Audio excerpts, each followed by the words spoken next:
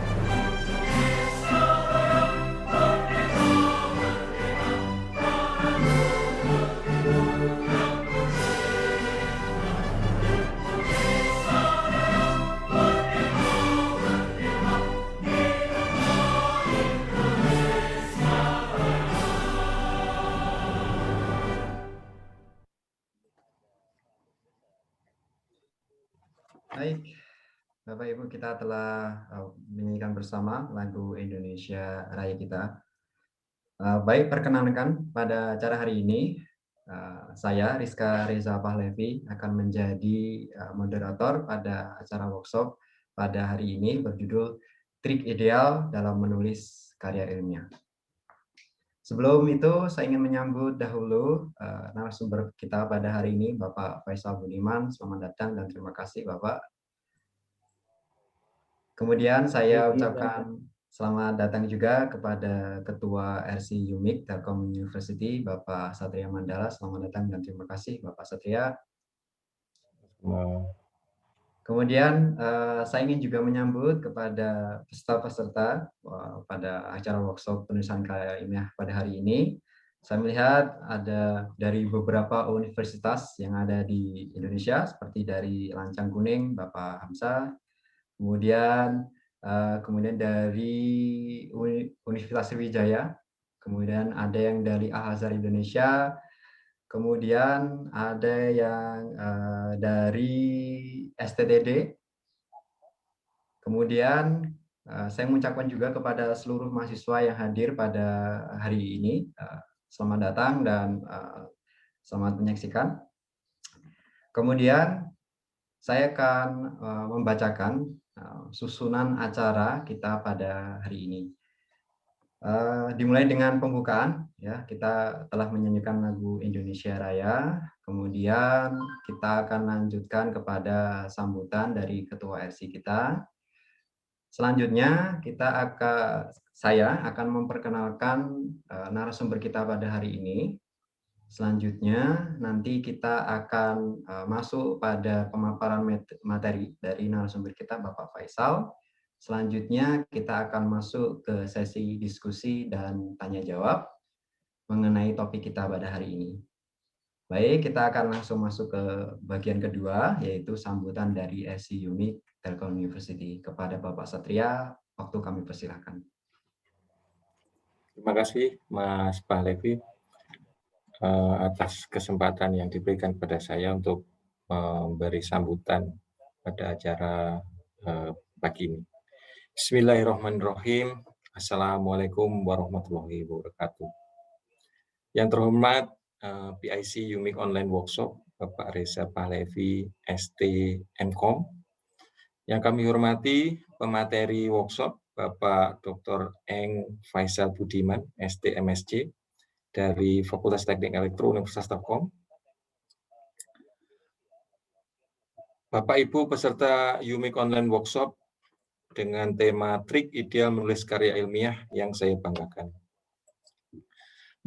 Mengawali workshop kali ini, marilah kita bersama-sama terlebih dahulu memanjatkan puji syukur kehadirat Allah Subhanahu wa Ta'ala, karena atas segala limpahan rahmat-Nya kita semua dapat berkumpul dalam rangka menghadiri acara workshop di pagi hari ini dalam keadaan sehat walafiat dan tanpa aral suatu apapun. Karena ini masih dekat dengan suasana Hari Raya Idul Fitri ya, izinkan saya juga mengucapkan Selamat Hari Raya Idul Fitri bagi yang merayakan, mohon maaf lahir dan batin. Hadirin sekalian yang dimuliakan oleh Allah, saya mewakili seluruh panitia acara UMIK Online Workshop, mengucapkan banyak terima kasih kepada seluruh panitia dan seluruh peserta acara workshop pagi hari ini. Workshop ini diselenggarakan sebagai salah satu bentuk pelaksanaan Tridharma Riset Center kami, yaitu UMIK Center Engineering, khususnya pengabdian kepada masyarakat dalam bentuk penyebaran ilmu pengetahuan kepada masyarakat. Seluruh hadirin peserta workshop yang berbahagia, melihat pentingnya workshop ini, maka diharapkan seluruh peserta dapat memanfaatkan kesempatan kali ini sebaik-baiknya. Janganlah malu untuk bertanya jika ada di kegiatan ini ada yang kurang dimengerti dan perlu ditanyakan kepada narasumber. Kami berharap workshop ini dapat berjalan dengan dinamis dan kita semua yang hadir di sini bisa memanfaatkan dengan sebaik-baiknya ilmu yang didapat dari narasumber. Hadirin sekalian, saya kira cukup sekian sambutan ini dengan mengucap Bismillahirrahmanirrahim. Maka UMIK Online Workshop dengan tema Trik Ideal Menulis Karya Ilmiah secara resmi dibuka dan dimulai. Wabillahi taufik wal hidayah. Wassalamualaikum warahmatullahi wabarakatuh. Waalaikumsalam warahmatullahi wabarakatuh. Terima kasih Bapak Satria Mandala atas sambutan. Kemudian kami akan lanjutkan menuju ke perkenalan kepada Bapak Faisal. Saya akan membacakan sedikit CV dari Bapak Faisal Budiman. Beliau lahir di Bandung. Pada saat ini beliau menjadi dosen di Universitas Telkom di Fakultas Teknik Elektro Universitas Telkom. Beliau memiliki rekam pendidikan S1 di UGM. Kemudian beliau memiliki kesempatan untuk melanjutkan jenjang master di University Science Malaysia. Kemudian beliau berkesempatan untuk melanjutkan ke doctoral degree di Kyushu Institute of Technology di Jepang. Pada saat ini, hingga hari ini, beliau memiliki 10 jurnal ya, yang telah terbit secara internasional dan memiliki 26 conference yang dipublis di dalam maupun di luar negeri. Bapak Faisal Budiman hingga saat ini memiliki 2 buku. Salah satu buku yang pertama adalah 100% super lengkap gudang soal matematika kelas 10, 11, dan 12 yang diterbitkan oleh Media Persindo Group di tahun 2014. Kemudian buku yang kedua beliau yaitu Cara Simpel Hafal Rumus Matematika yang Sering Keluar SMA yang diterbitkan oleh Media Persindo Group tahun 2013. Beberapa penghargaan-penghargaan yang beliau dapatkan seperti Award of MEXT ya, Manbukagu Kuso ya, scholarship di Jepang. Kemudian beliau juga mendapatkan Best Presenter di Wanbaja Student Colloquium. Itu sekilas dari CV dari pemateri kita pada hari ini, Bapak Faisal Budiman. Untuk itu, kita langsung menuju ke sesi selanjutnya, yaitu pemaparan materi dari Bapak Faisal. Waktu dan tempat kami persilahkan kepada Bapak Faisal. Silakan, Pak. Terima kasih Pak Reza atas introduction-nya. Saya sebelumnya mengucapkan terima kasih banyak kepada Arsiviumik, khususnya pada Pak Satria dan Pak Rizka atas undangannya. Yang diangkat oleh Arsiviumik ini sebetulnya sangat bagus sekali temanya, terkait tentang academic writing pada umumnya ya. Jadi terkadang itu kita menulis, tapi kita tidak tahu writing itu apa, dan tidak ada yang mengajari kita gitu dari dulu sampai sekarang. S1 paper itu apa gitu, jurnal itu apa, conference paper itu apa. Nah, ini adalah salah satu wadah yang bisa dimanfaatkan.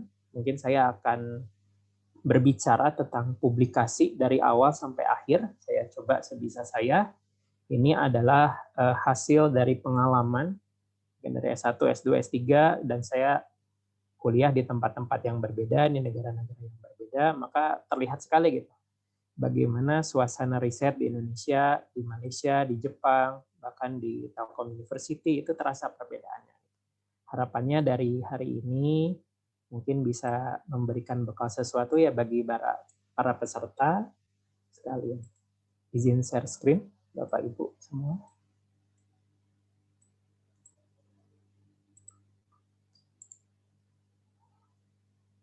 Ya, nama saya Faisal Budiman, dan saya sekarang di dosen teknik elektro, Universitas Telkom, dan juga aktif sebagai researcher di TELU IoT Center.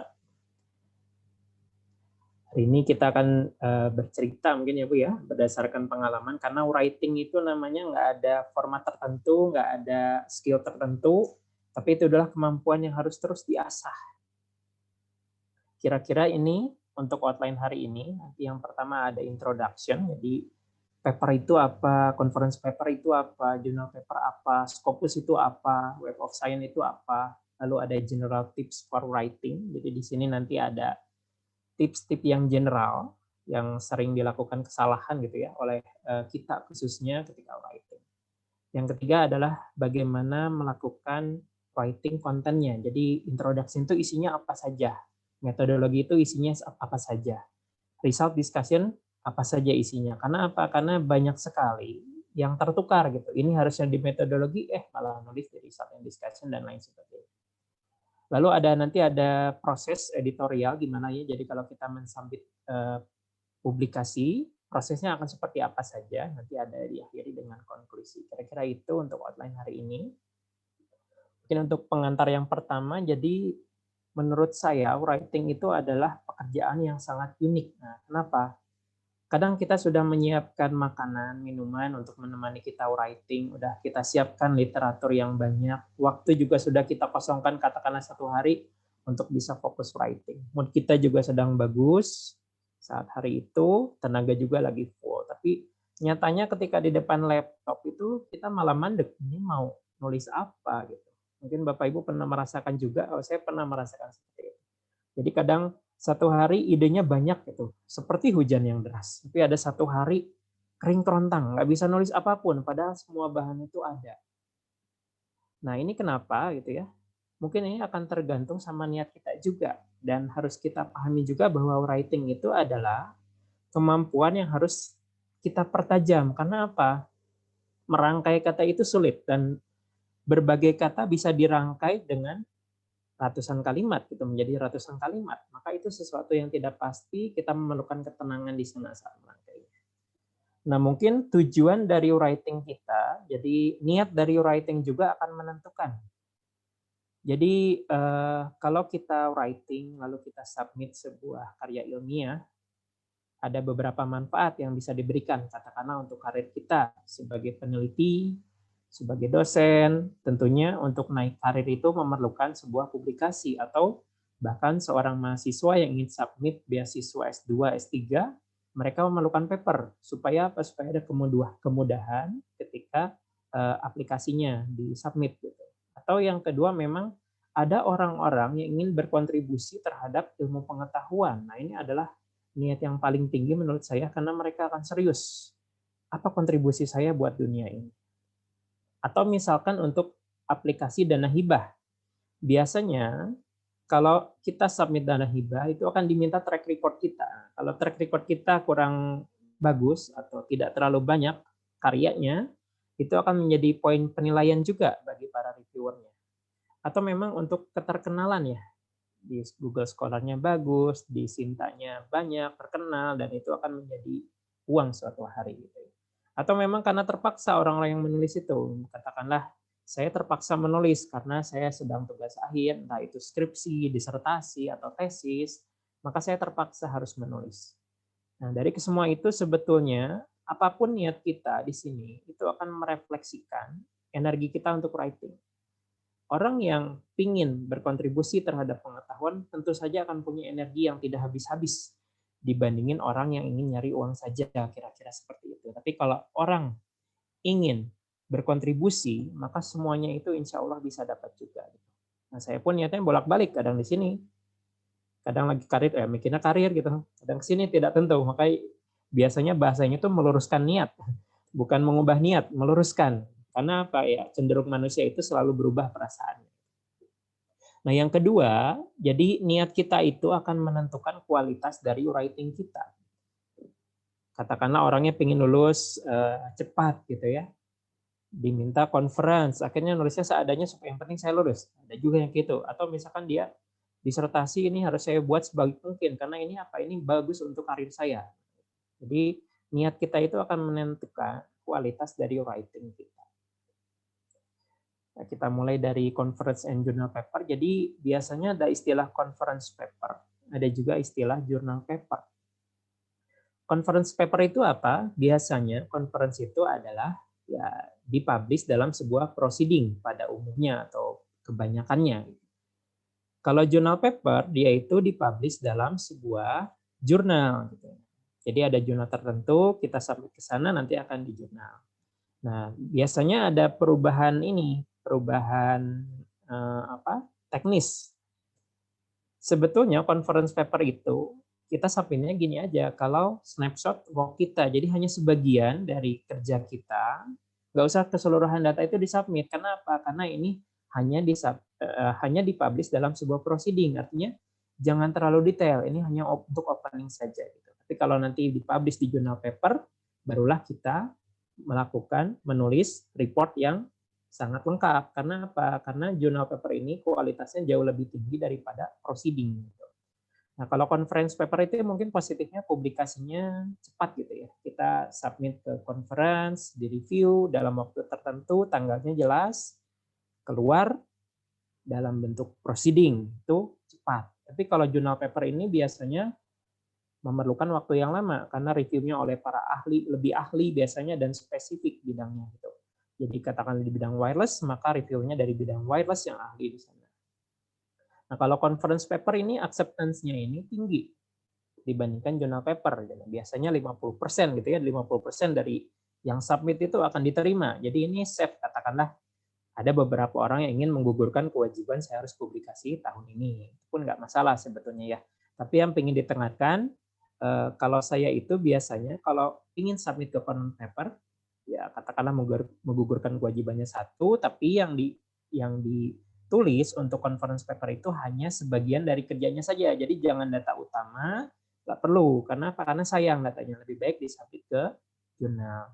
Jadi kalau lihat dari pengertiannya sendiri, jurnal itu jadi publikasi dalam sebuah jurnal yang fokus dalam bidang tertentu.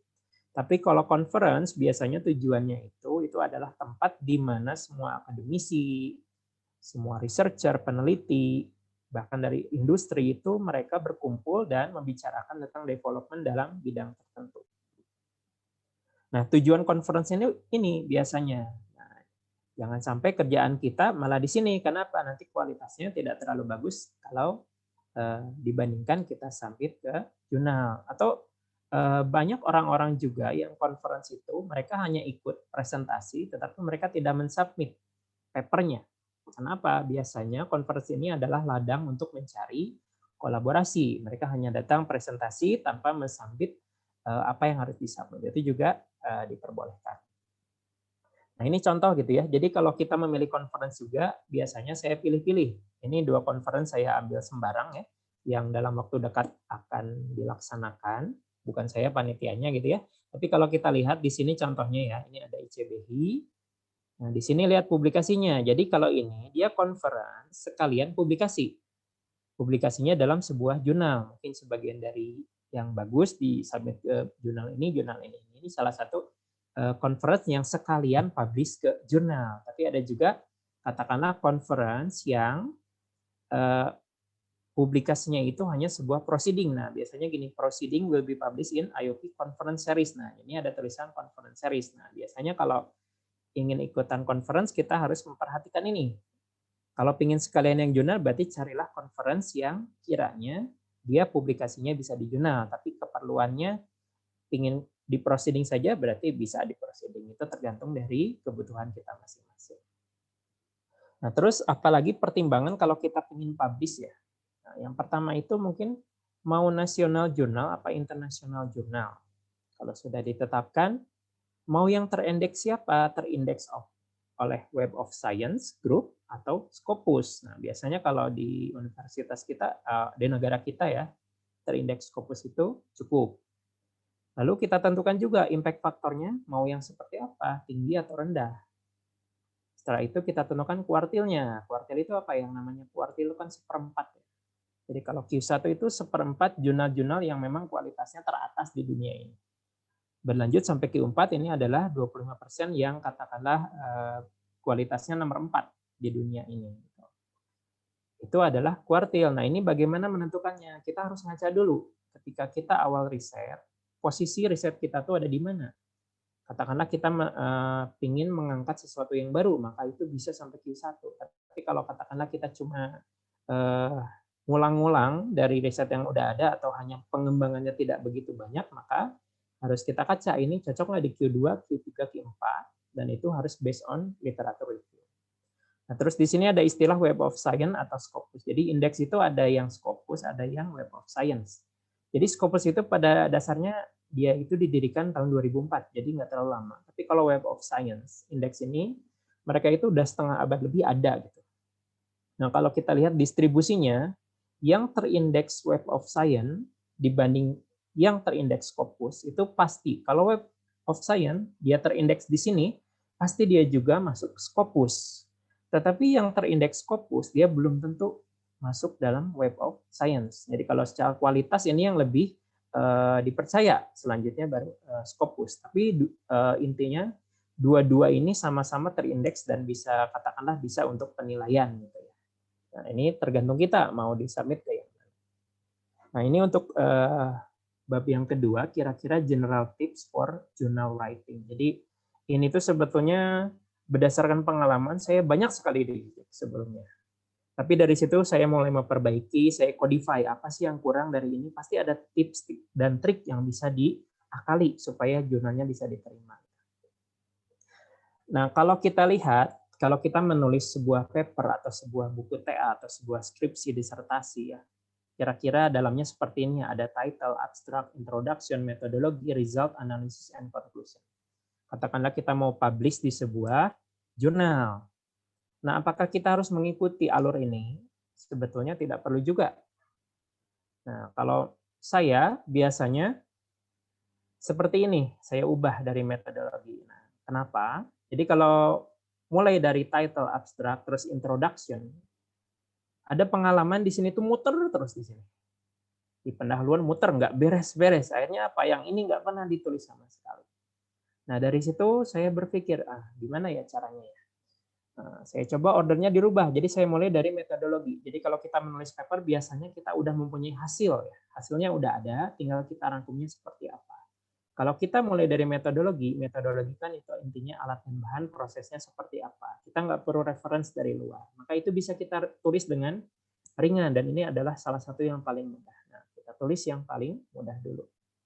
Setelah itu hasil dan analisis. Hasil juga kita punya, tinggal kita sajikan, tinggal kita diskusikan seperti apa enaknya. Barulah ke introduction. Kenapa introduction ini ketiga? Yang pertama itu memang karena dia ketergantungan sama referensi luar. Artinya kita perlu banyak baca di sini. Nah, udah baca, harus kita serap data-data pentingnya dan harus kita rangkai kata-katanya. ini menurut saya yang paling susah itu adalah introduction. Introduction juga akan mencerminkan, jadi pengetahuan kita tuh sedalam apa. Katakanlah kita mau submit reviewer, wah introduction-nya bagus, berarti reviewer menganggap kita, wah ini orang pengetahuannya tinggi ini, maka senang. Setelah itu barulah ke conclusion. Kenapa conclusion di akhir? Karena conclusion itu pada dasarnya ini hanya menjawab tujuan penelitian. Tujuan penelitian kita ada di introduction. Dan ini hanya men-state jawaban tujuan penelitiannya itu apa. Setelah itu barulah ke abstract and title. Abstract itu kita hanya merangkum, title itu kita hanya mencari-cari kalimat yang pas itu seperti apa. Nah ini yang penting semuanya tertulis dulu.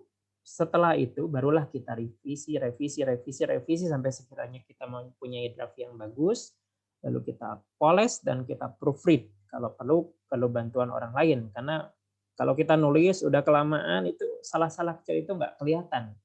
Mungkin kita memerlukan orang lain, katakanlah co-author-nya diajak untuk review papernya. Nah tips yang kedua, terkadang tuh kita lupa paragraf itu apa. Jadi paragraf itu adalah kumpulan dari kalimat yang didesain untuk mengembangkan satu main ide, satu ide utama. Biasanya dari 3 sampai 10 kalimat. Nah, contohnya seperti ini. Alex adalah orang baik. Nah, ini adalah ide utamanya. Lalu kita elaborat, kita detailkan. Baik itu apa? Baik itu adalah ya dia suka menolong, dia suka menjenguk orang sakit, dan lain sebagainya. Itu adalah pengembangan dari idenya. Lalu kita tutup dengan concluding. Nah, jadi Alex adalah orang yang terbaik yang saya tahu. Nah, ini idealnya sebuah paragraf itu seperti ini. Kenapa? Kalau nggak seperti ini, kita nanti akan cerita kemana-mana. Jadi stick aja pada satu main ide. Dan kita nggak perlu cerita banyak-banyak sampai 10, 12 kata, 12 kalimat, dan sebagainya. Nanti akan blur idenya. Jadi paragraf itu idealnya itu ada awalan, ada tengah, sama ada akhir. Jangan lupa ada awalan dan ada akhir. Biasanya awal tengah ada ya. Atau akhir tengah saja. Nah ini harus ada endingnya istilahnya. Dan jangan menulis kalimat yang sangat panjang. Maksudnya A adalah ini. Selain itu dia juga ini, koma. Ini koma. Ini lagi koma. Nah itu tidak baik kalimatnya. Nanti kita akan blur idenya. Main idenya ke sana, tapi kita ceritanya kemana-mana. Jadi kalau dari tips yang kedua ini, paragraf itu hanya ada satu ide. Jadi kita nggak usah cerita paragraf itu dengan kalimat yang sangat panjang. Kita harus stick pada idenya ketika writing. Nah ini untuk apa? Untuk story flow. Yang namanya jurnal bagaimanapun ada cerita. Kalau kita punya cerita yang bagus, reviewer pun akan ada senang gitu mau review paper kita. Nah ini tips yang ketiga.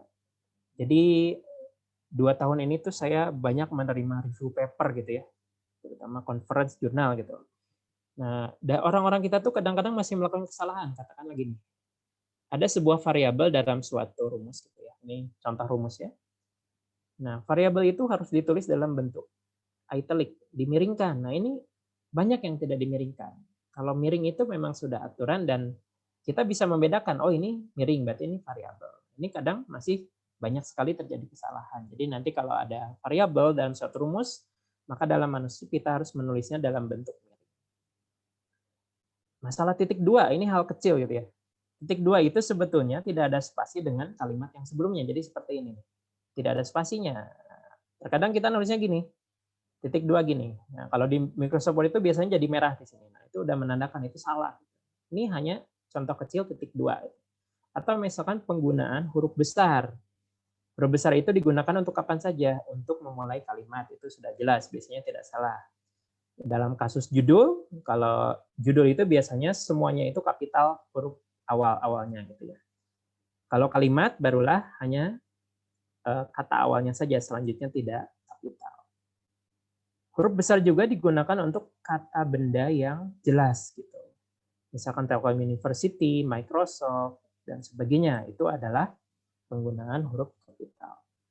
Akronim juga. Akronim itu bisa menggunakan huruf yang besar. Tapi dari slide ini saya ingin menyampaikan bahwa kita harus tahu kapan harus kita tulis titik, koma, desimal separator gitu ya, kolon, dan semuanya itu. At least kita tahulah tata bahasa Indonesia atau tata bahasa pada umumnya seperti apa. Nah, tips yang keempat, adalah jangan lakukan copy paste. Kenapa? Ini dilarang ya. Ini termasuk plagiarism. Jadi sering sekali gitu ya melihat di sini. Katakanlah ini ngambil dari internet. Nah, kalimat yang putih ini. Terus di buku kita, di skripsi kita, disertasi kita, di manuskrip kita menulis hal yang sama persis. Nah, ini namanya plagiarism. Jadi kalau dicek pakai Turnitin, pakai iTenticket ini similarity-nya akan sangat tinggi. Bagaimana ngakalinnya? Bisa diakalin sebetulnya. Nah, cenderungnya kita akan mencari bahan di Google, katakanlah seperti ini ya. Nah, kita lihatlah kata kuncinya. Katakanlah yang hijau, yang kuning, sama yang biru ini. Nah, barulah kita ceritakan lagi, tapi memakai bahasa kita. Artinya harus kita parafrase. Di sini electrophoresis, di sini jadi electrophoresis teknik. Trap, manipulate, jadi separating, assembling. Nah, ini adalah sudah menjadi milik kita, dan ini kita akan terbebas dari similarity itu. Jadi kita juga akan terbebas dari plagiarism. Jadi copy paste itu salah? Salah. Yang harus kita lakukan adalah copy, tetapi kita develop. Bagaimana kita memerlukan bahan untuk menulis. Nah, tips yang kelima, kita juga, karena kita copy and develop, katakanlah, berarti kita memerlukan diksi atau kata-kata yang banyak selain itu. Gitu. Kita bisa menggunakan thesaurus. Thesaurus itu apa? Jadi thesaurus itu adalah website untuk menemukan sinonim dan antonim gitu. Katakanlah di sini ya, saya ketik dan itu apa aja? Sinonimnya bisa completed, bisa effective dan sebagainya. Nah, ketika kita melakukan copy ya kita replace lah katanya dengan yang lain dengan sinonimnya supaya apa? Supaya jadi milik kita gitu. Nah, ini contohnya ya, thesaurus.com bisa kita cari kata-kata apa saja sinonimnya ya. Jadi penggunaan thesaurus ini sebetulnya adalah untuk pemilihan kata yang lebih baik. Kalau kata-kata kita katanya bahasanya sehari-hari misalkan ya. Tapi kalau kita pakai thesaurus itu menjadi bahasa yang baku dan mungkin kelihatan lebih tinggi maknanya. Nah, tips yang keenam, kalau saya itu biasanya menggunakan frasa untuk diksi yang lebih baik, pemilihan kata. Jadi kalau saya lihat di luar, banyak sekali koleksi-koleksi frasa dari paper atau buku biasanya dikeluarkan oleh orang-orang dari jurusan komunikasi dan bisnis biasanya gitu ya. Katakanlah untuk penulisan tujuan penelitian ya, ternyata ada frasa-frasanya. Di study, investigate, this paper examine, di special issue, bla bla bla. Nah, ini bisa kita pakai. Jadi kita nggak perlu menulis dari nol sama sekali. Katakanlah untuk figure statement. Table X show, figure X illustrate. Nah, ini ada semua ternyata dalam sebuah paper itu. Artinya ini kita bisa gunakanlah, manfaatkan, terus kita sesuai tulis dengan kebutuhan kita masing-masing. Nah, tips yang ketujuh, jadi saya sering sekali melihat ya, terutama dari orang kita itu, ada suatu image dari sumber lain. Terus ditaruhlah di kerjaan kita. Copy paste, taruh sini, terus kita kasih referensi seperti ini. Terus mau kita publish. Nah, ini adalah sesuatu yang dilarang. Jadi kita tidak bisa mempublish sesuatu, bahkan sebuah gambar ya, yang sudah dipublish kecuali kita mempunyai permisi untuk mengulang publish-nya atau free license. Kalau free license bisa kita gunakan, bisa kita publish kembali. Tapi kalau ada punya orang itu kita nggak bisa. Kita harus permisi sama yang punya. Nah, alternatifnya gimana? Alternatifnya adalah sebaiknya kita redraw aja figurnya. Jadi ambil idenya, kita gambar dengan versi kita sendiri. Atau cara yang kedua adalah kita dapatkan permisinya. Nah, bagaimana cara mendapatkan permisinya? Jadi katakanlah ini sebuah paper ya. Dari paper ini, kita ingin mengambil satu gambar dan naruhnya di kerjaan kita, tapi kita mau permisi. Caranya gimana? Kita buka websitenya, nanti di sini ada get right and content. Nah, mau digunakan sebagai apa? Katakanlah ingin digunakan di buku atau digunakan lagi di jurnal atau bahkan di disertasi dan sebagainya, di conference proceeding. Nah, ini kita coba aja apply-kan. Katakanlah saya mau menggunakannya di disertasi atau di buku gitu ya. Nah, nanti di submit. Nah, nanti akan muncul dalam waktu 24 jam, tidak terlalu lama. Nanti ada agreement antara kita dan publisher-nya. Jadi ini diizinkan untuk menggunakan figur 4. Misalkan saya mau pakai figur 4 dari papernya ini. Nah, harganya berapa? Ternyata harganya cuma 0. Artinya kita hanya memerlukan permisi dengan tanpa bayar. Nah, kecuali kalau kita penggunaannya untuk yang berbayar, untuk bisnis lagi, biasanya ada harganya juga. Tapi kalau misalkan kita menggunakannya untuk yang tidak bisnis lagi, biasanya harganya 0. Nah, ini adalah contoh cara mendapatkan permission untuk menggunakan figur atau tabel dari sebuah paper. Dan prosesnya hanya 1 hari di sini, jadi tidak terlalu lama. Yang penting mau aja permisinya seperti apa. Nah, tips yang ke-8, ya, nanti kalau sudah stuck dalam writing, maksudnya nggak ada ide lagi, jangan manteng di depan laptop terus gitu. Itu bukan waktunya menulis, artinya itu adalah waktunya untuk duduk dan berpikir gitu. Jadi jangan memaksakan ingin selesai hari ini tapi idenya nggak keluar. Carilah relax dulu, bersedih-sedih dahulu, lalu tidur kemudian, itu pun nggak masalah gitu ya. Artinya kita refreshkan otak kita supaya bekerja dengan baik lagi.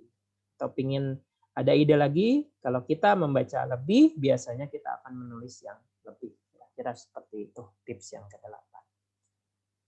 Ini adalah bagian yang ketiga, jadi writing the content. Nah, di subbab ini nanti akan diceritakan untuk tiap-tiap subbabnya itu seperti apa. Katakanlah introduction harus nulis apa, metodologi harus nulis apa, result and discussion harus menulis apa. Ini saya codify biasanya.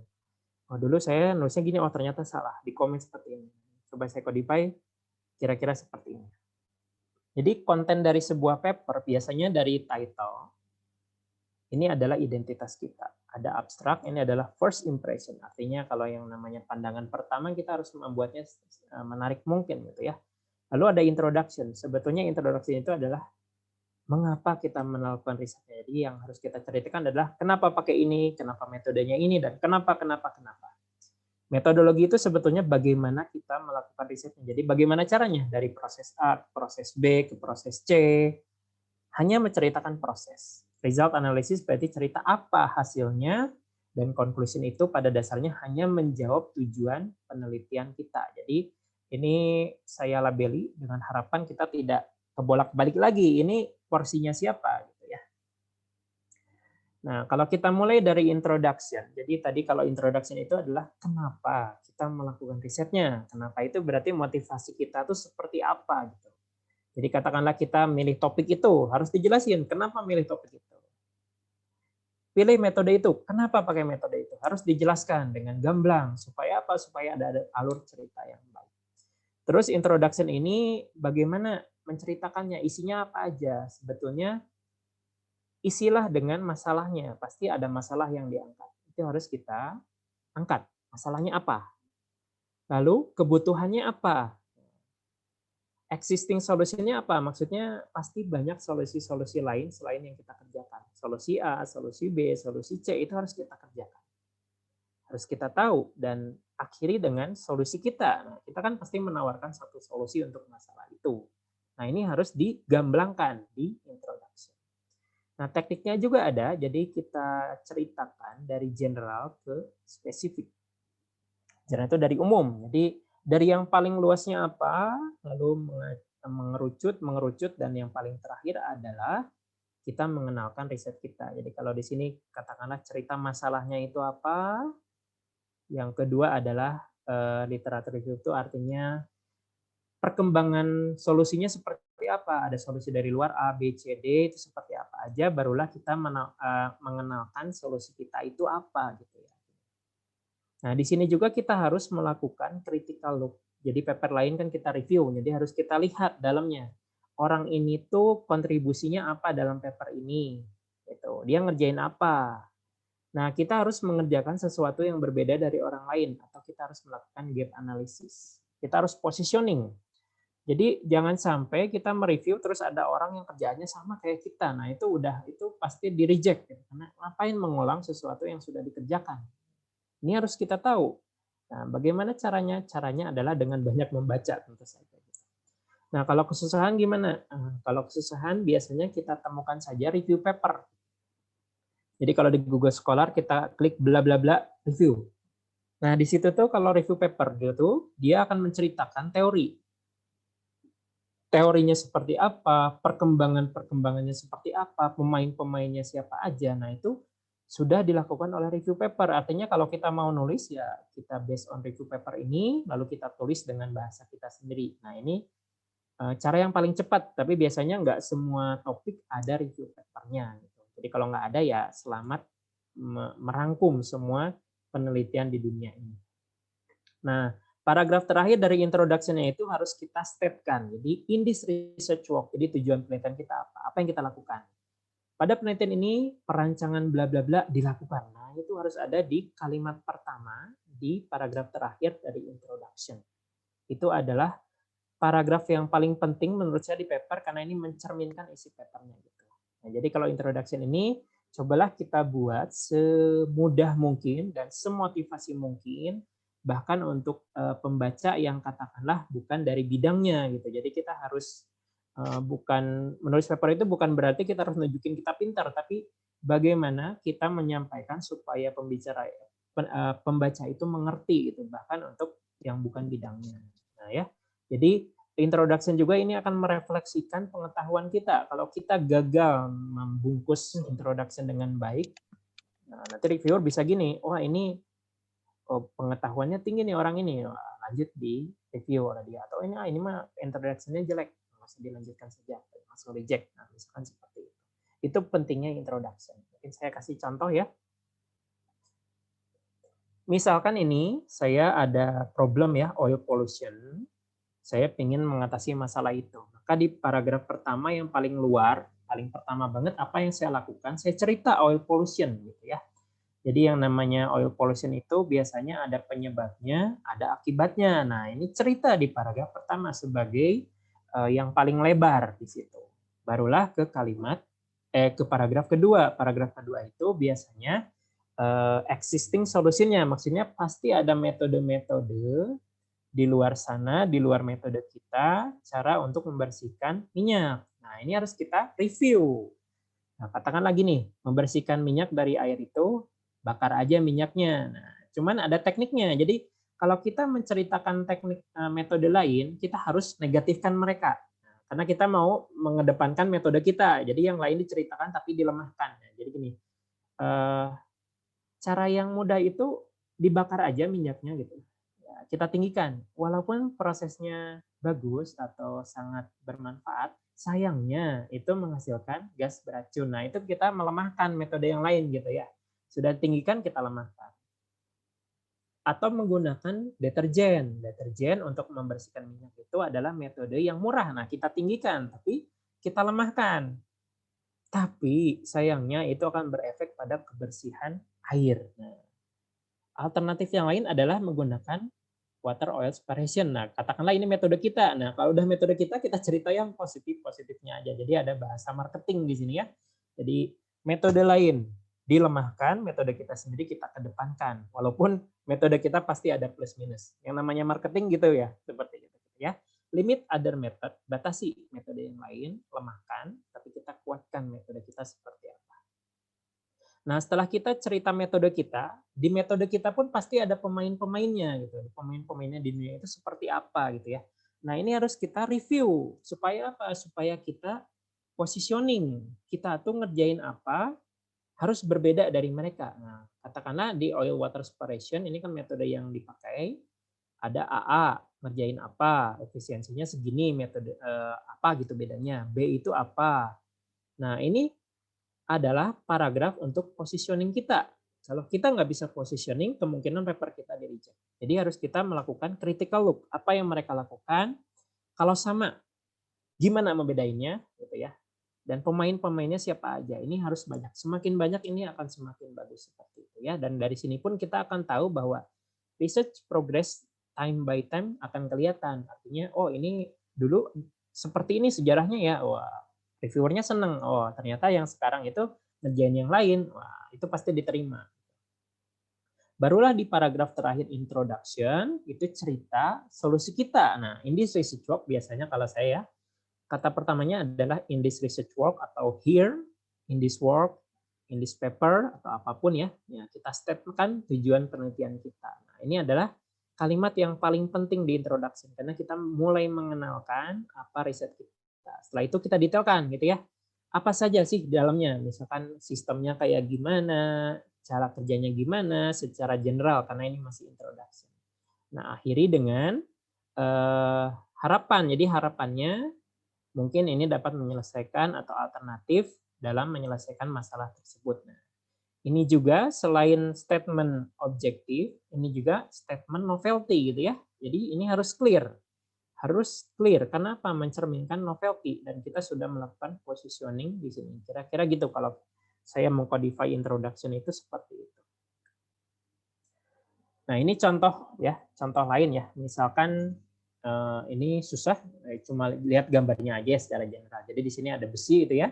Saya panasin. Kalau dipanasin tuh bakal ada wire kayak gini. Nah, ini saya taruh di air yang terkontaminasi. Nah, kalau sudah ada ini, airnya menjadi bersih. Nah, bagaimana menceritakan di introduction-nya? Biasanya dari paling belakang. Jadi dari paling belakang ini adalah mengatasi masalah lingkungan. Katakanlah di sini kromium ya. Kuning itu kromium itu pokoknya adalah logam berat di air. Apa yang harus saya ceritakan? Mungkin yang paling lebar saya ceritakan kromium itu pokoknya bahaya. Nah, saya ceritain semua. Lalu saya turun menjadi paragraf keduanya, metode untuk meremove kromium itu apa aja? Pasti ada A, B, dan C. Nah, tadi ya, metode lainnya itu kita lemahkan ketika metode kita positifkan semuanya. Nah, metode yang ini tuh katakanlah adsorpsi gitu ya. Nah, adsorpsi kita ceritakan. Nah, adsorpsi itu berarti ada adsorben. Adsorben itu artinya yang menyerapnya. Menyerap itu kan bisa berbagai cara, ada A, B, C lagi gitu ya. Nah, ketika yang giliran kita positifkan, yang lain kita lemahkan gitu seperti itu ya. Barulah kita merujuk dan ujungnya adalah novelty statement atau tujuan penelitian kita itu seperti apa gitu ya. Biasanya dimulai dengan in the present work di paragrafnya atau here atau apa. Itu adalah introduction. Kalau kita bicara novelty, tadi kan menyinggung novelty di introduction. Jadi novelty apa? Novelty itu bahasa ringannya adalah kebaruan. Jadi itu yang akan mencerminkan apa barunya, apa originalnya, atau sesuatu yang tidak biasa. Novelty itu bisa gimana? Mungkin bisa baru dalam teori. Nah, ini bagus biasanya. Kalau teori baru biasanya bisa publish di yang tinggi kualitasnya. Atau metodenya yang baru, bisa. Atau aplikasinya yang baru, bisa. Atau case study-nya baru, bisa. Atau analisisnya yang baru, tapi yang lainnya sama. Bisa juga. Itu adalah novelty. Nah, gimana? Saya udah punya kerjaan, Pak. Tapi saya pengen cek novelty saya gimana. Cara mudahnya itu ini aja. Kita coba tulis judul penelitian kita di Google Scholar. Misalkan apa ya? Water pollution by IoT, misalkan IoT monitoring system for water oil separation. Nah, saya type. Nah, kalau ada yang mirip, nah, artinya sudah novelty kita akan mulai berkurang. Nah, kita harus bisa membedakan. Ini untuk simple novelty checking. Kalau saya biasanya membedakan novelty itu ada dua, ada yang high novelty risetnya, ada yang low novelty. Kalau yang high novelty-nya, yang novelty-nya tinggi, kebaruannya tinggi itu biasanya grup-grup yang risetnya itu fundamental. Jadi dia mengembangkan teori baru, metode baru, dan risetnya itu riset yang sangat basic. Orang-orang yang dapat hadiah Nobel pun melakukannya fundamental riset biasanya. Nah, jadi produknya itu biasanya itu nggak terlihat gitu. Dia nggak terlihat, dia memang kontribusinya itu untuk didedikasikan terhadap pengetahuan. Nah, ciri-cirinya yang high novelty ini biasanya high trial dan error. Jadi trial errornya itu sangat tinggi. Nah, saya pernah melakukan ini. Saya trial error sampai 1 tahun gitu. Ngulang-ngulang di situ tahun hanya untuk mendapatkan resep yang sangat bagus seperti apa. Tapi ketika udah nemukan risetnya, publishnya itu gampang sekali. Nah, ini biasanya tergantung bidang ilmunya. Katakanlah di bidang IPA atau komputer ya, biasanya komputer ada mengembangkan teori atau metode baru gitu ya. Atau yang low novelty. Nah, low novelty ini bukan berarti buruk ya. Jadi biasanya itu risetnya ini biasanya cenderungnya sudah siap diaplikasikan untuk society. Jadi biasanya udah berbentuk gitu ya. Berbentuk dan bisa diaplikasikan ke masyarakat. Jadi biasanya ini cocoknya itu untuk project gitu, untuk low novelty. Secara project dia bagus, maksudnya bisa ada nilai ekonominya, tapi kalau dilaporkan ke paper biasanya agak kurang. Maka itu tujuannya bukan ke paper biasanya untuk HKI atau project atau dan lain sebagainya. Nah, cirinya lagi kalau low novelty itu biasanya kalau risetnya itu low trial dan error. Jadi safe, risetnya itu safe gitu. Cuma di setup, dijalankan pasti nyala gitu atau pasti akan menghasilkan. Nah, itu biasanya baik dalam hal di mata baik gitu, tapi secara novelty itu nggak terlalu bagus biasanya. Nah, yang kedua, apa yang harus kita tulis di dalam metodologi? Jadi metodologi itu sebetulnya adalah bagaimana kita melakukan risetnya. Nah, ini kita nggak perlu referensi. Metodologi itu ya bisa menjadi alat dan bahan, jadi kita harus meliskan setiap bahan dan alat yang kita gunakan. Nah, saat kita melis, kita juga harus mencantumkan tipenya, modelnya, manufakturernya, harus dicantumkan semua supaya clear prosesnya. Kita juga mungkin bisa menceritakan proses risetnya seperti apa. Mungkin bisa berupa flowchart, berupa diagram, atau berupa cerita dalam suatu paragraf pun tidak masalah. Nah, kalau misalkan prosesnya ada yang kompleks dan susah untuk dimasukkan, biasanya dimasukkan dalam bentuk supporting information. Katakanlah ada sebuah coding yang banyak gitu ya, terus ingin kita share, nah taruhnya di supporting information atau dalam sebuah video. Dan harus kita ingat ini harus diceritakan dalam bentuk past tense kalau yang bahasa Inggris manuskripnya. Kenapa? Karena kita sudah melakukan risetnya, berarti itu adalah past tense. Kita harus menceritakan ini detail, katakanlah ini ada tipenya, ada modelnya, dan manufakturernya. Kenapa? Karena tujuannya adalah supaya kerjaannya itu bisa direproduksi oleh orang lain. Nah, namanya sharing, pasti ada orang mungkin mengikuti. Nah, harus kita jelaskan secara detail supaya orang lain bisa menduplikasi kerjaan kita gitu. Mungkin untuk pengembangan yang ingin dilakukan. Kira-kira contohnya seperti ini. Jadi metodologi itu bagaimana kita melakukan risetnya. Jadi harus kita ceritakan step by step prosesnya, alat dan bahannya seperti apa. Kalau ada kondisi eksperimen, ya ceritakanlah. Misalkan di sini ada iron foil, ya ini nggak usah dilihat ya, tapi lihat secara ininya aja. Ada iron foil, nah di sini saya cantumkan ukurannya, jelas gitu ya. Ukurannya berapa, dari manufakturernya apa gitu. Nah, terus kondisinya gimana? Misalkan saya panaskan sampai 800 derajat, kondisinya ini dalam 30 menit. Nah, itu didetailkan gitu ya. Untuk semuanya didetailkan. Kalau perlu ada ilustrasi ya diilustrasikan. Kita sediakan satu figur untuk menceritakan metodologi kita. Hasil dan analisis. Nah, part yang ketiga adalah hasil dan analisis. Jadi hasil itu sebetulnya adalah apa sih kerjaannya? Hasil itu harus kita presentasikan, harus kita sajikan, tapi juga harus kita jelaskan dan harus kita didiskusikan secara saintifik. Nah, biasanya kalau hasil ini kita sajikan dalam bentuk gambar atau dalam bentuk tabel, lalu kita jelaskan. Kalau katakanlah dalam bentuk gambar, maka kita harus menyediakan kualitas gambar yang bagus untuk jurnalnya. Nah, ini juga masih sering ya. Jadi ada figur gitu ya, ditaruh di buku atau di manuskrip, tapi cuma ditaruh nggak dijelasin. Banyak yang seperti itu saya lihat ya. Ambil dari mana atau buat sendiri, tapi gambarnya didiemin. Nah, sebetulnya setiap gambar dan tabel itu harus kita stepkan dan kita jelaskan. Nah, setidaknya ada kalimat gini lah. Figur 2 menampilkan apa. Nah, harus kita stepkan ya.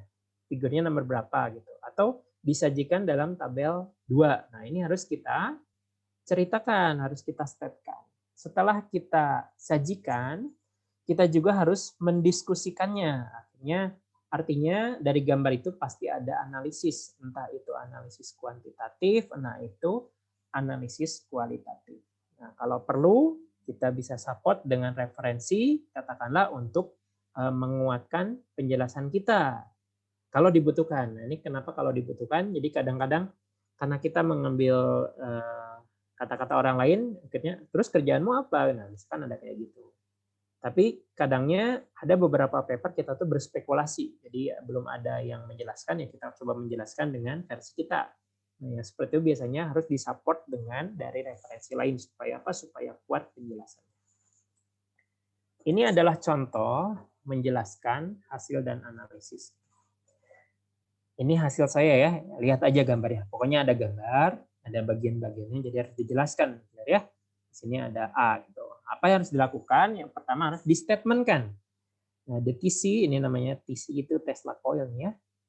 Tesla coil ini ditampilkan figur 3A. Nah, ini harus ada statementnya ya.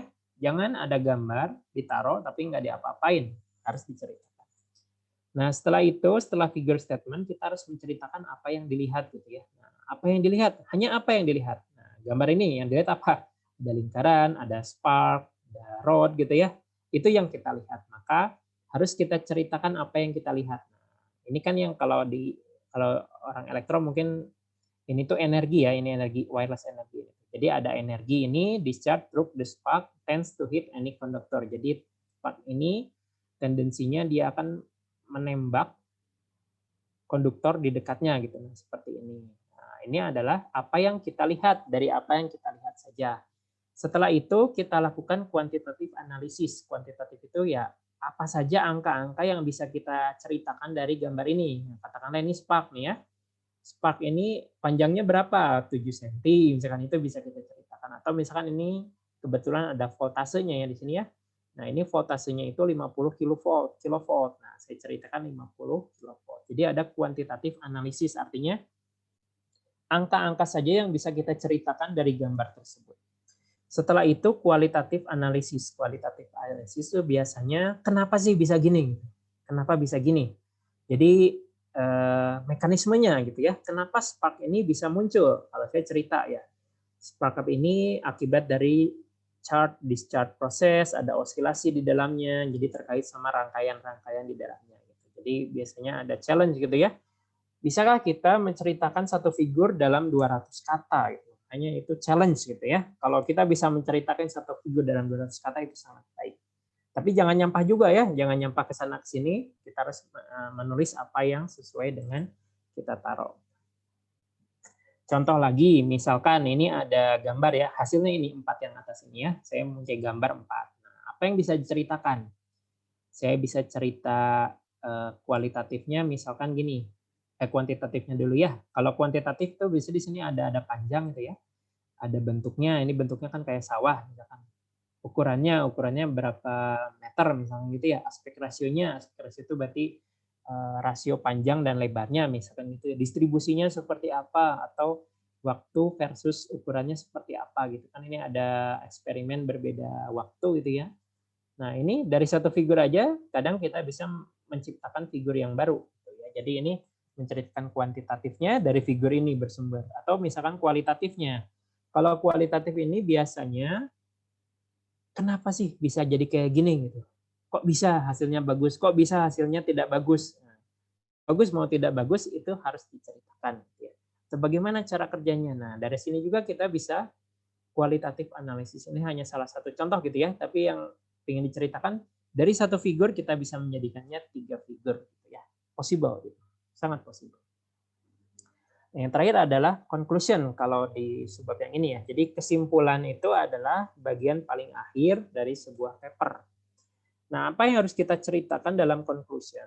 Jadi conclusion itu adalah harus menjawab objektif kita atau tujuan penelitian kita. Nah, kalau di introduction tadi kan ada objective statement. In this work we design a system A with B method.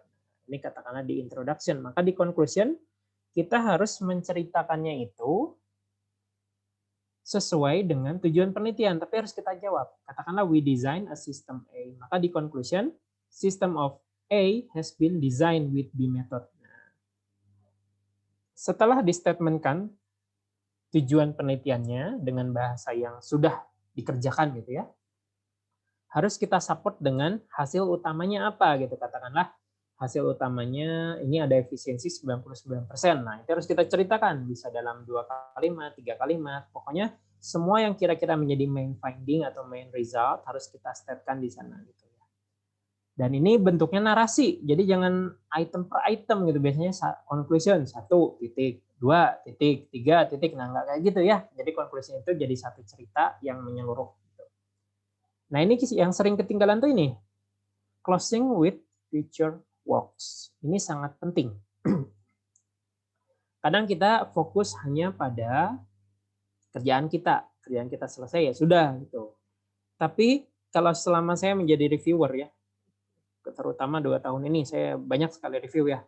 pasti ada poin si pertanyaan asesmennya itu gini, apakah outdoor-nya menceritakan future work? Itu ada terus. Nah, ini harus kita setkan. Pasti riset kita itu ada kekurangan atau pasti ada yang bisa dikembangkan kembali. Nah, jadi at least kita harus ngasih leading kepada para pembaca gitu ya. Kita ceritakan, nah, untuk further studies itu sebaiknya apa? Suggestion apa? Suggestion saja, nggak mesti dikerjakan gitu kan? Suggestion aja. At least ini ada, ini sangat penting dan ini ditaruhnya di conclusion. Jadi kalau conclusion itu intinya ada 3 ya, answering objektifnya, main result-nya apa, dan future work-nya itu apa.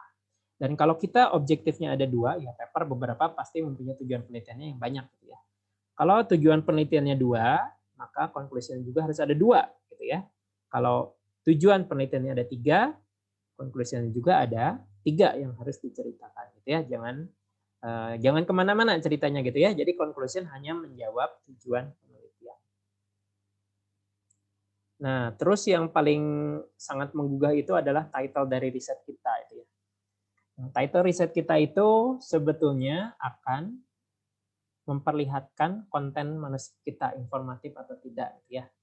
Nah, biasanya untuk title ini lebih short itu lebih baik karena short title itu atraktif gitu ya. Jadi kalau saya ketik di Google IoT gitu ya, IoT.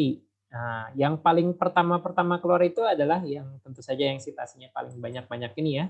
Dan kalau kita lihat citasinya paling banyak selain kerjaannya bagus, mereka itu mempunyai judul yang sangat simpel. Ini ada cuma 5 kata, sedikit sekali gitu.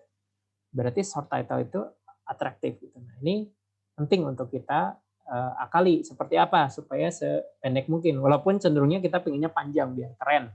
Tapi ternyata itu buat pembaca itu istilahnya capek gitu untuk membaca yang penting ada kata kunci dan biasanya ada metode yang di statementkan di sini. Jadi metodenya apa? Kalau di sini RFID teknologi. Nah, ini adalah metodologi. Misalkan ini apa nih? Agricultural Production System. Jadi di sini metodologinya gitu ya. Jadi kalau title ini lebih pendek akan lebih baik. Nah, ini juga sering masalah terkait reference. Biasanya kita nulis daftar pustaka dalam sebuah manuskrip atau bahkan sebuah disertasi atau tugas akhir gitu ya. Nah, referensi itu setidaknya ada 20 lah. Kenapa? Karena banyaknya reference mencerminkan banyaknya kita membaca. Kalau udah banyak baca, reviewernya senang. Wah, ini orang udah baca banyak, berarti risetnya bagus. Nah, itu hanya dari persepsi psikologi. Seperti itu. Oh, ada banyak gitu. Berarti ini bagus. Jangan lupa kita hanya memakai reference dari yang terpercaya dan yang valid gitu ya. Contohnya dalam sebuah buku atau jurnal paper itu adalah yang valid. Kalau website gimana Pak? Nah, website ini masih menjadi isu juga ya. Jadi kalau hanya dari website biasa itu cenderungnya janganlah. Kecuali website pemerintah itu masih bisa dikatakan valid walaupun nggak semua bilang itu valid. Tapi terbatas lah untuk internet itu. Tapi jangan masukin alamat website yang aneh gitu, apalagi .net, dan sebagainya gitu, jangan sampai. Sebaiknya kita menggunakan referensi yang dipercaya. Maksudnya ada ISBN-nya, yang penting ada publikasinya siapa, publisher-nya siapa.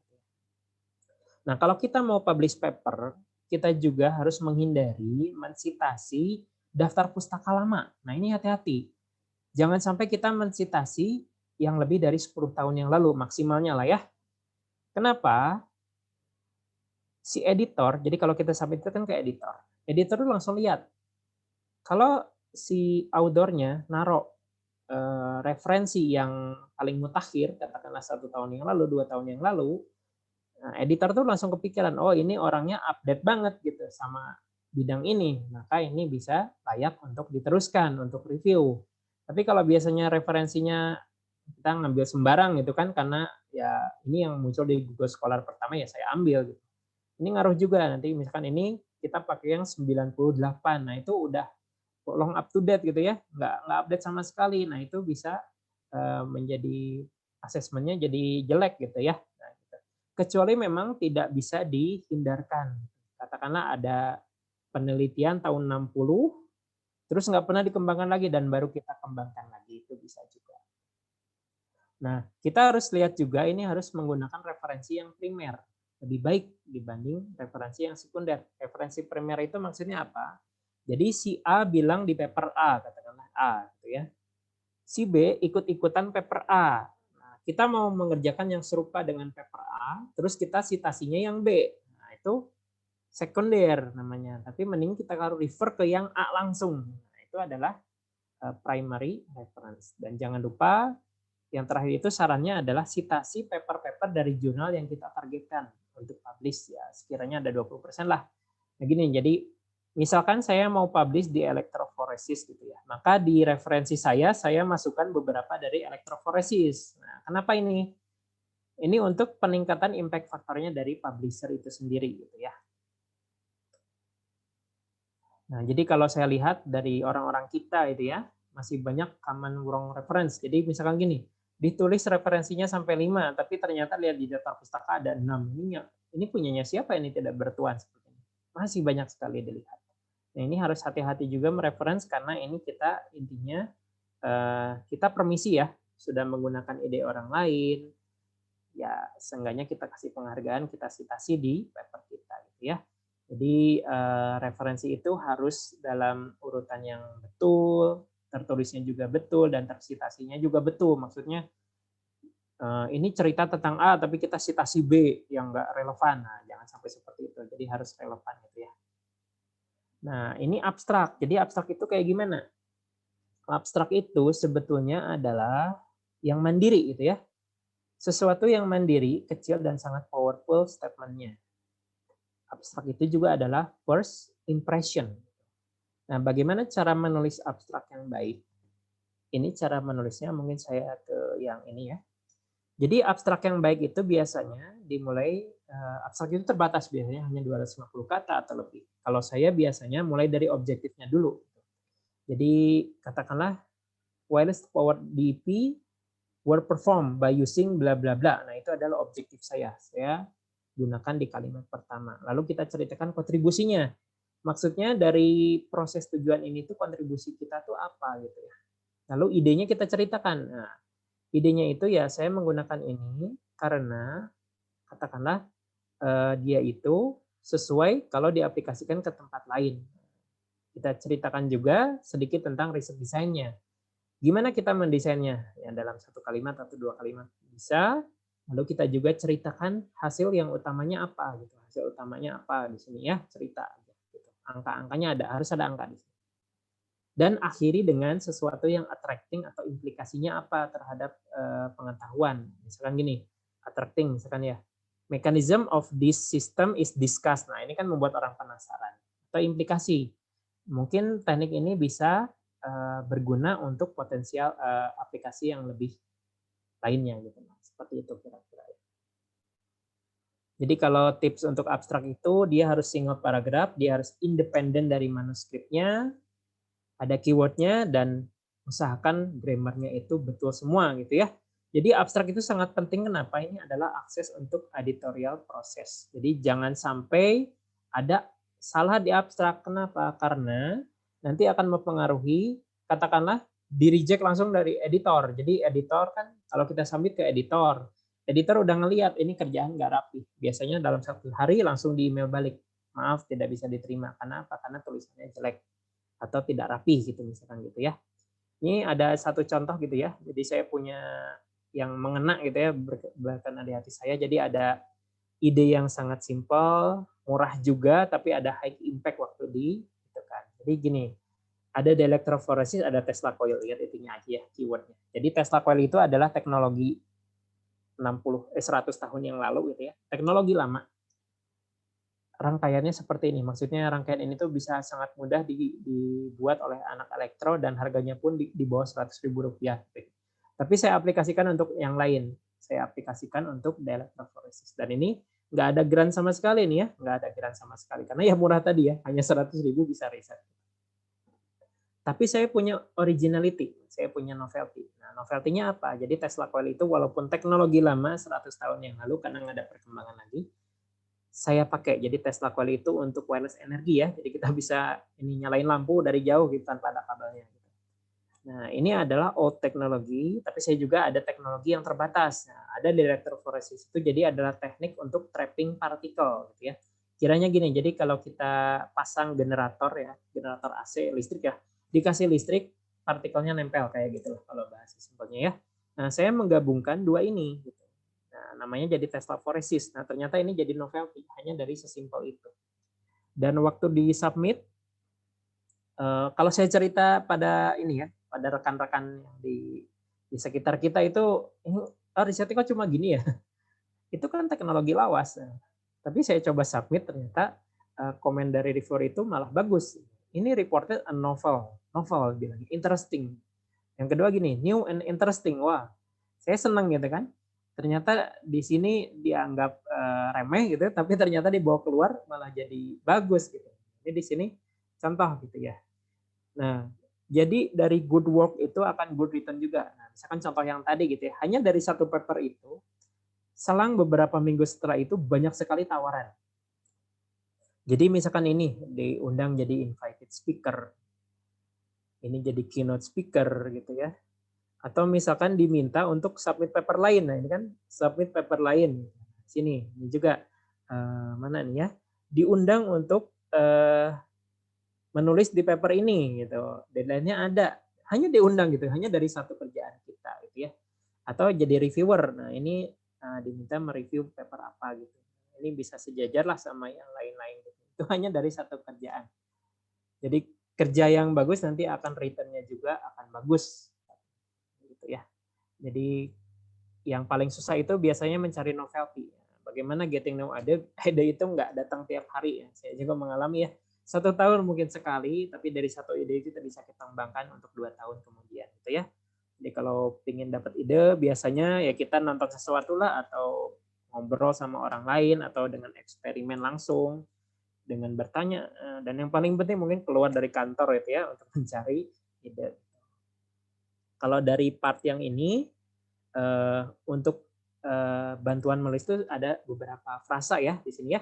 Jadi tadi saya menceritakan dari introduction sampai terakhir itu seperti apa. Ini ada frasa-frasa yang saya collect ya untuk selain untuk saya dan sekarang alhamdulillah bisa disaringkan gitu ya.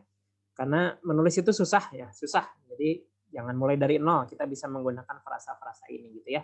Jadi misalkan ini untuk tujuannya, ini ada beberapa frasa yang bisa kita pakai. Banyak sekali nih untuk metode ini ada juga ya, jadi tinggal bisa dipakai. Bagaimana untuk menggunakan menyajikan data atau menjelaskan data, ini ada nih ya kata-katanya tuh udah ada semua ya. Biasanya saya melihat ini aja, oh saya mau nulis hasil ya, saya cari dulu frasa-frasa yang kiranya cocok, baru saya rangkum kemudian gitu ya. Nah ini banyak sekali. Lengkap ya, kalau dibilang lengkap mungkin lengkap, dibilang nggak lengkap juga mungkin nggak lengkap. Nah, untuk part yang terakhir, mungkin ini part yang terakhir ya, terkait dengan submission dan editorial processes. Jadi kita sudah menyiapkan menulis draft ya, yang namanya manuskrip. Lalu kita submit ke sebuah jurnal atau sebuah conference gitu ya. Jadi apa yang maksudnya namanya review itu? Jadi review itu adalah assessment dari manuskrip kita gitu ya, yang dilakukan oleh para expert, jadi profesional. Biasanya levelnya udah associate professor, atau memang orang ahli di bidangnya gitu ya. Nah, prosesnya seperti apa? Jadi kita namanya author gitu ya. Author ini kita submit ke paper. Nah, nanti akan diterima oleh editor in chief. Yang punya editornya siapa ya? Kepala editornya. Nah, biasanya editor in chief ini akan mendelegasikan kepada responsible editor. Nah, dari proses ini ke sini, submit ini, hanya submit diterima editor in chief. Editor in chief melakukan screening awal, maksudnya formatnya bagus nggak, tulisannya rapi nggak. Kalau nggak rapi, biasanya langsung di reject. Nah, kalau sekiranya, cukup nih, cukup rapi atau apa, biasanya dilanjutkan, dia delegasikan ke editor. Nah, editor ini akan mencari reviewer. Nah, tugas editor ini berat. Kenapa? Dia harus mencari reviewer. Dia mengirim undangan kemana-mana, dan yang respon pasti tidak semua. Sedikit sekali yang akan merespon. Inilah biasanya membuat paper kita lama di review. Jadi bukan salah editor biasanya, karena kesusahan mencari reviewer. Review itu ada 2 proses. Jadi ada single blind. Single blind itu berarti author-nya diketahui oleh reviewer, tapi kita nggak tahu reviewer. Atau double blind. Jadi kalau double blind itu biasanya reviewer nggak tahu kita pun nggak tahu reviewer, nama kita di delete. Nah, biasanya ini kenapa ya, mengurangi ini subjektivitas. Mungkin ada beberapa orang subjektif, orang ini langsung di reject. Nah, itu menghindari hal-hal seperti itu. Jadi timeline-nya seperti ini kalau kita submit ya, kalau submit itu hanya perlu 1 hari. Setidaknya manuskrip kita itu harus rapih ya, dan harus lengkap, dan membacanya itu gampang. Itu penting. Kalau enggak nanti bisa di-reject oleh editor. Nah, setelah submit nanti editor akan melanjutkan ke reviewer. Nah, review ini prosesnya bisa 0 bulan sampai X bulan. Jadi pernah review itu sampai 1 tahun nggak ada hasilnya, pernah mengalami. 1,5 tahun atau 6 bulan, 3 bulan itu nggak bisa kita prediksi. Nah, dari hasil review itu ada 3 kemungkinan, bisa di-reject, bisa minor revision atau major revision. Kalau yang langsung publish biasanya jarang sekali ya, kalau ada pun jarang sekali. Setelah itu kita lakukan correction, jadi kita mungkin bisa 3 bulan ya. Kita melakukan koreksi berdasarkan suggestion, tapi kita juga diizinkan untuk tidak setuju. Misalkan ada reviewer yang komen apa, saya nggak setuju nih. Nah, kita bisa defend artwork kita, tapi dengan bahasa tentu yang baik gitu ya, penyampaiannya. Setelah itu akan dicek kembali oleh reviewer, biasanya lebih cepat, 1 atau 2 bulan. Apakah reviewernya bilang oke, atau misalkan memerlukan revisi yang lain, ini harus siap juga. Nah, kadang di sini reviewernya tuh nggak reply ke editor gitu ya. Jadi kita udah ini, tapi kok nggak ada reply dari reviewernya di editor. Nah, biasanya kalau nggak ada reply dari reviewer, editor ini akan langsung memberi keputusan. Jadi editor itu pada dasarnya mereka lebih powerful daripada reviewer, karena bagaimanapun mereka yang ngelola jurnalnya gitu ya. Jadi reviewer hanya membantu. Jadi kalau ada apa-apa, katakanlah reviewer di sini nggak ngecek lagi, editor langsung turun tangan, langsung bisa ngasih keputusan. Ini bisa di-publish atau enggak. Setelah itu akan dilakukan proses editing yang mungkin sekitar 1 bulan. Ini dilakukan oleh editor, jadi kita nggak ngapa-ngapain. Ya, mungkin ada proofread-nya, ada template editing-nya, dan setelah mereka edit-edit itu, nanti kita akan diminta untuk melakukan double check. Maksudnya namanya udah betul belum, alamatnya udah betul belum, figur-figurnya udah betul belum. Ya, gimana pun waktu kita submit, biasanya kita akan cenderung ada perasaan, tadi figur saya udah betul belum? Kita ada kesempatan kedua untuk mengecek di sini ya. Nah, apa saja dokumen yang dilakukan untuk submission? Yang pertama adalah tentu saja manuskrip filenya. Biasanya ini bentuknya Word atau LaTeX gitu ya. Kalau saya masih pakai Word sekarang, saya belum belajar LaTeX. Tapi biasanya kosongan gitu, jadi hanya spasinya 2, nggak ada label apapun. Di sini manuskrip file harus penting dan harus rapi. Yang kedua, graphical abstract biasanya diminta. Jadi graphical abstract itu apa? Itu tujuannya untuk memvisualisasikan paper kita itu isinya apa. Misalkan yang tadi ya. Nah, ini adalah graphical abstract saya. Jadi hanya ilustrasi gambar.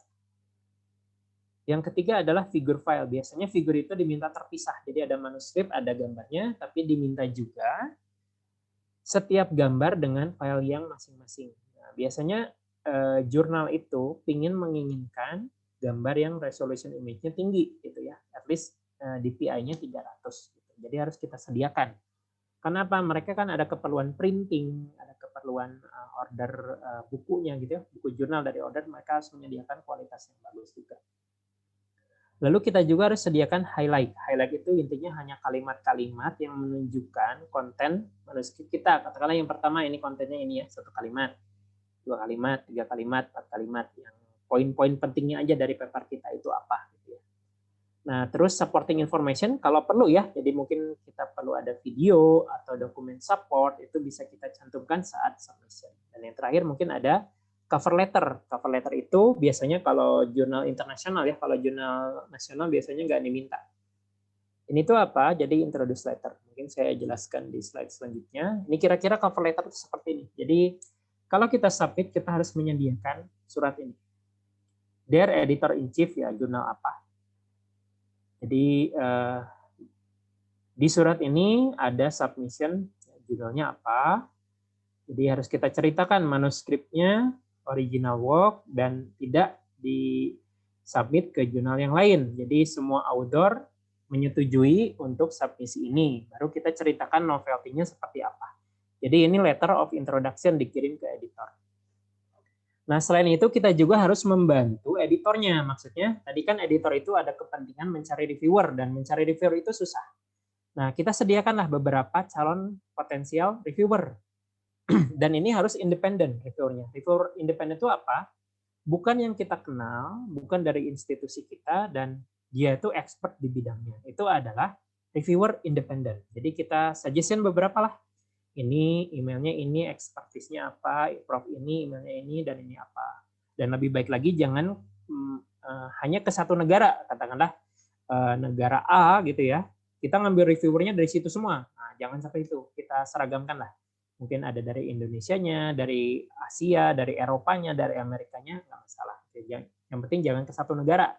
Nanti kelihatan nggak itu apa, oh ini kayaknya ada dukungan ke negara ini. Ya. Nah, kira-kira seperti ini kalau cover letter. Nah, sebelum kita submit juga, jadi ada strategi. Nah, jadi sekalian submit, sekalian bisnis. Jadi ada bisnis yang bisa kita selipkan di manuskrip kita. Yang pertama, contohnya adalah citasilah publikasi kita sendiri, gitu ya. Kita punya publikasi, kita citasi buat apa? High index kita menjadi tinggi. Itu perlu. Yang kedua, mungkin teman kita. Ada publikasi teman kita yang relevan tentunya ya, yang mirip dengan kerjaan kita, atau dari grup kita, atau dari institusi kita. Gitu. Nah, ini penting buat apa? Untuk meningkatkan ranking universitas kita. Nah, ini bisnis yang bisa kita selipkan. Nah, yang kedua, kita harus men-suggestion independent reviewer yang tadi gitu ya. Kita harus membantu editor tim. Yang namanya yang dibantu pasti senang gitu ya. Jadi kita sediakanlah beberapa nama. Yang ketiga, untuk membantu kita undanglah orang yang penting untuk jadi co-author. Maksudnya gini, kita dari negara Indonesia gitu. Nah, mungkin saya ajak supervisor saya yang dari Jepang. Supaya apa ya, namanya stand on the shoulder of giant itu biasanya akan lebih baik. Kita akan meninggikan paper kita. Nah, biasanya saya undang, Prof, saya mau submit ini, mau nggak jadi kontribusi jadi co-author? Biasanya hanya proofread atau apa gitu ya. Nah, kita cantumkan namanya. Selain ada kolaborasi terjalan, dan juga kita bisa meningkatkan katakanlah paper kita di dunia internasional seperti apa.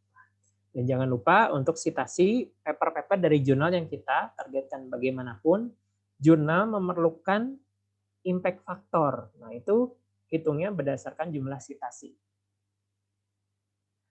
Nah, ethics submission itu ada. Jadi kalau submission, kita nggak bisa. Kita punya manuskrip, gitu, terus kita submit ke jurnal A, B, dan C secara bersamaan dengan manuskrip yang sama. Itu nggak boleh. Jadi bukan kayak send to many, itu nggak boleh. Gitu. Kalau nyari kerja send to many, tapi kalau paper nggak bisa send to many. Jadi kayak melamar wanita gitu ya. Kalau yang namanya melamar wanita ya kita sama wanita itu dulu kita bereskan urusannya. Kalau di reject ya kita ke wanita yang lain. Gitu ya, kira-kira seperti itu bahasa enaknya. Ya, jadi satu-satu urusannya sama jurnal satu selesaiin, mau di reject mau di accept, baru ke jurnal lain. Jangan send to many. Ya, mungkin karena apa? Kepentok waktunya udah pendek, saya pengen send to many, itu enggak etis gitu ya. Nah, nanti ada hasil review yang keluar gitu ya. Jadi harus kita tahu bahwa manuskrip itu sangat jarang yang dipublish tanpa revisi. Nah, kalau hasilnya negatif, hasil reviewnya negatif, kita juga harus mempunyai akhlak yang bagus saat menyampaikan gitu ya. Jadi kita harus lapang dada. Gitu. Ya, seenggaknya kita berterima kasih. Saya mau berterima kasih dulu kepada reviewer, baru kita hantam. Enggak, maksudnya baru kita sampaikan yang mau kita sampaikan. Kita apresiasi komen yang di reviewer, terima kasih. Pokoknya terima kasih dulu lah gitu ya. Dan jangan interogasi reviewernya gitu ya. Jadi, wah ini mah kalau kata saya reviewernya nggak kompeten, nah jangan sampai gitu, itu ngajak ribut itu ya jurnalnya ya dan reviewernya juga gitu ya. Nah, bagaimanapun reviewer itu intinya mereka memberikan komen dan suggestion. Mereka itu adalah expert. Pasti komen-komennya itu sangat valuable untuk improve level manuskrip kita. Jadi harus kita serap dulu, jangan marah dulu ya. Ada reviewer jelek terus kita marah dulu. Nah, kita baca dulu baik-baik. Mungkin nggak seburuk yang kita bayangkan ya. Jadi jangan sampai punah harapannya ya. Itu adalah untuk meningkatkan manuskrip level kita. Kalau di reject ya seenggaknya kita dapat komen gitu ya. Nah, kita perbaiki, terus kita submit ke jurnal yang lain, gitu ya. Nah, seperti itu. Jadi tadi jurnal itu memerlukan impact factor. Impact factor itu gimana ngitungnya? Misalkan jurnal itu impact factor 2020 itu mereka menghitung jumlah citasi paper 2020, paper 2019 dan 2018 yang disitasi di tahun 2020 dibagi dengan jumlah paper yang mereka publish di 2019 dan 2018. Jurnal itu perlu ini. Jadi intinya kita harus mensitasi paper mereka kalau submit. Jadi submit di electrophoresis kita harus mencantumkan referensi dari electrophoresis setidaknya ada gitu ya, ada gitu. Entah 10%, tapi jangan banyak-banyak. Itu nanti kelihatan gitu ya bisnisnya. Jadi bahasa halusnya itu, hey para editor, manuskrip kita menawarkan bisnis yang bagus, mau nggak menerima paper saya? Karena nanti impact factor kalian jadi tinggi kan dalam hatinya kayak gitu. Nah, misalkan seperti itu ya. Nanti juga akan berefek pada apa? H-index dan I10 index kita. Jadi H-index itu apa? H-index itu adalah jumlah paper ada berapa dibandingkan jumlah citasinya gitu. Kalau jumlah I10, jumlah publikasi yang citasinya lebih besar dari 10. Contohnya inilah ya, pakai ilustrasi. H-index 3 itu apa? Jadi yang top 3 artikel itu harus disitasi sebanyak 3 kali. Jadi gini, misalkan ini ada paper 5 ya. Yang disitasinya 3 minimal tuh ada ini dan ini. Citasinya minimal 3. Nah, ini namanya H-index 3. Kalau ini H-index 2, jadi papernya 5, walaupun yang ini banyak, tapi H-indexnya itu 2. Kenapa? 2 paper yang teratas yang disitasi lebih besar dari 2 hanya ini.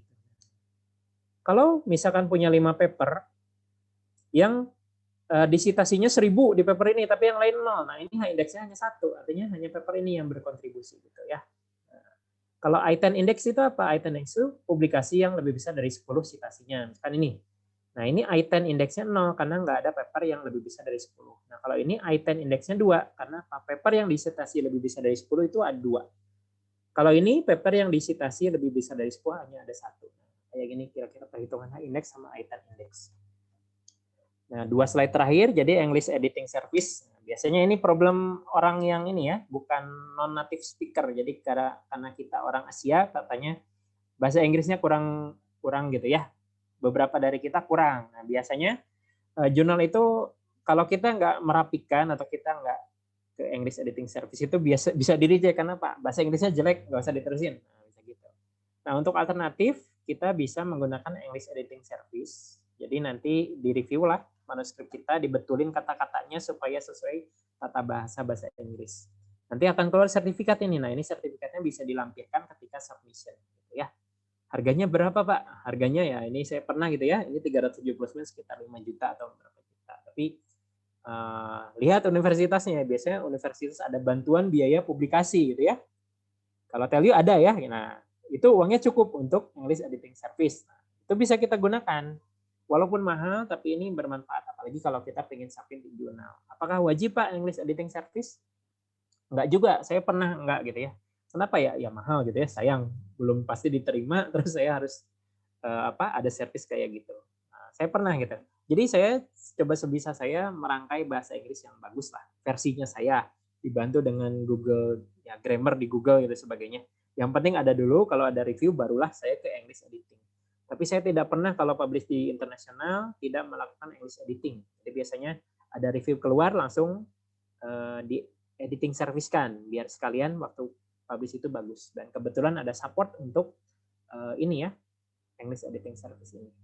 Nah, untuk kesimpulannya dari pertemuan ini mungkin draft pertama itu sebetulnya nggak perlu sempurna ya, itu hanya harus tertulis gitu.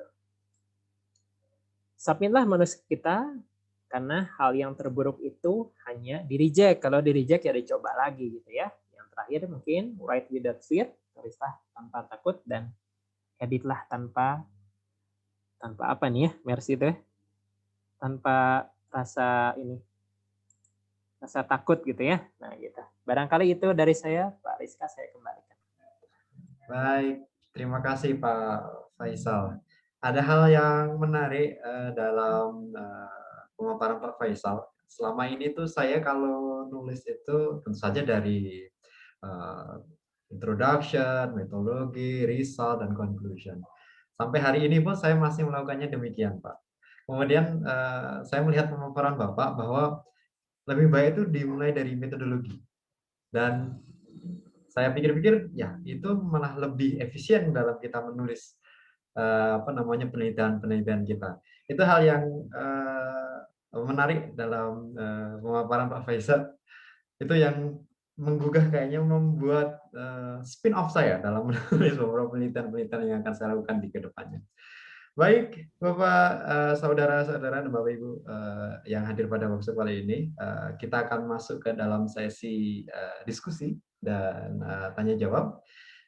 Jika ada, silahkan langsung paparkan pertanyaannya, nanti langsung didiskusikan langsung dengan Pak Faisal. Silahkan jika ada.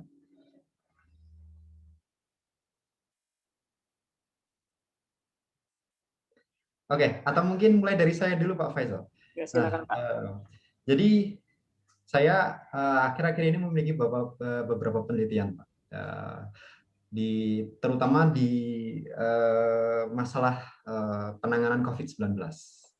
Nah, tentu saja kita tahu bahwa penelitian COVID-19 itu begitu jenuhnya karena event ini menjadi perhatian untuk seluruh orang di dunia, seluruh peneliti di dunia. Nah, kami mencoba melakukan riset pada satu hal, yaitu sebenarnya deteksi physical distancing menggunakan kamera.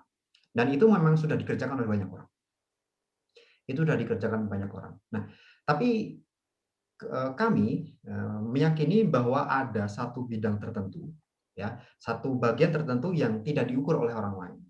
Tapi topiknya ini selalu udah jenuh, Pak. Udah banyak sekali orang-orang teliti. Nah, bagaimana perspektif Bapak dalam melihat penelitian yang akan saya lakukan ini, yang udah diteliti banyak, tapi kami meyakini bahwa itu nanti tuh ada hal yang mungkin menjadi ladang yang baru untuk kita teliti. Tapi ya itu tadi, udah banyak dan diteliti. Menurut Pak Faisal bagaimana seperti itu? Oke, makasih Pak Reza pertanyaannya. Jadi kalau saya lihat, ya lazim sekali ya Pak. Jadi ada satu tema penelitian, terus banyak orang yang mulai mengikuti, mereka mencoba dengan gayanya masing-masing.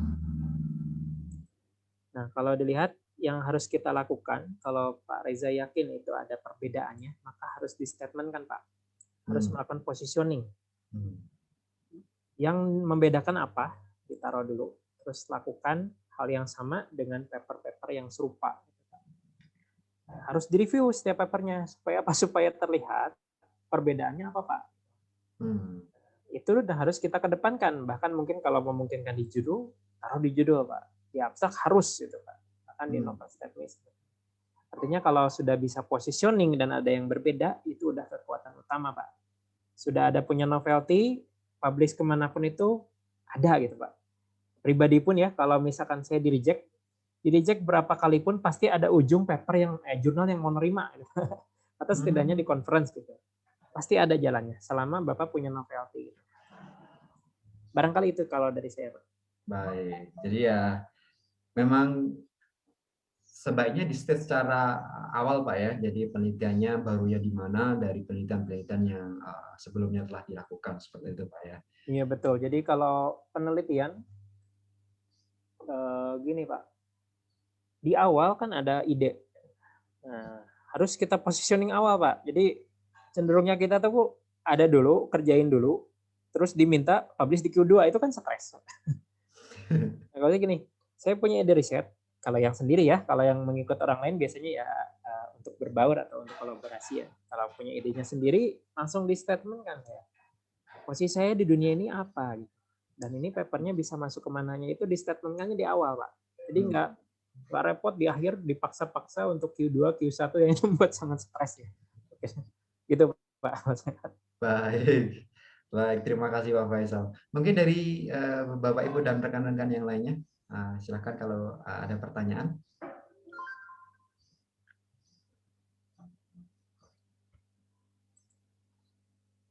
Oke, dari Bu Rita Magdalena, nanti slide-nya akan kami bagikan ya Bu, dari Pak Faisalnya.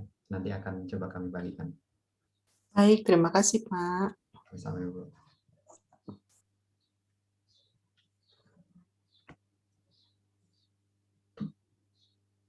Silakan Bapak Ibu.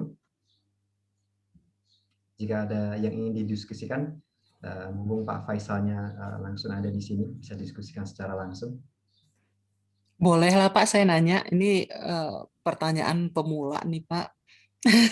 Pak Faisal, itu kan tadi dibilang bahwa untuk referensi kita setidaknya ada 20 gitu ya Pak, tapi yang terbaru gitu ya Pak ya. Nah itu kalau referensi itu harus dirujuk nggak Pak di tulisannya? Atau boleh hanya sebagai bahan baca aja? Itu aja Pak pertanyaannya. Iya, kasih Bu Rita atas pertanyaannya. Waduh, Ibu mah bukan pemula buat saya, Bu. Aku sudah profesional. Pemula tuh. Oke, saya coba jawab ya, Bu. Jadi terkait referensi, apakah harus tersitasi di setiap kalimat ya, Bu ya? Jadi yang namanya referensi itu sebetulnya kita kan kiblatnya kemana? Kita membaca apa sebagai katakanlah etikanya kita ya. Kalau kita memakai referensi lain ya kita cantumkan dia sebagai referensi dan juga harus distatementkan Bu di kalimat. Jadi ide ini datangnya dari mana? Terutama di introduction. Yang pertama itu mencerminkan kita banyak baca gitu.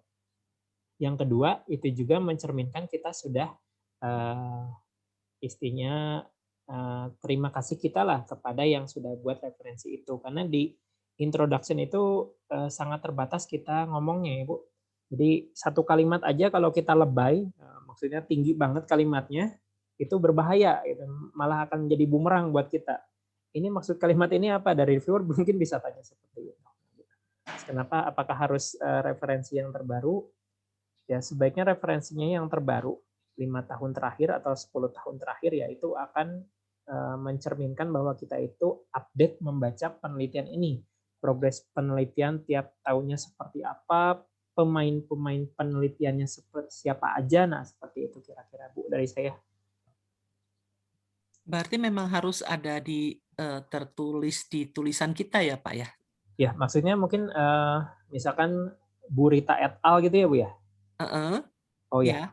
Oh itu salah satu bahasa aja Bu, jadi ada namanya bisa kita sebutkan atau idenya pun nggak masalah. Jadi misalkan ANN adalah, nah itu boleh.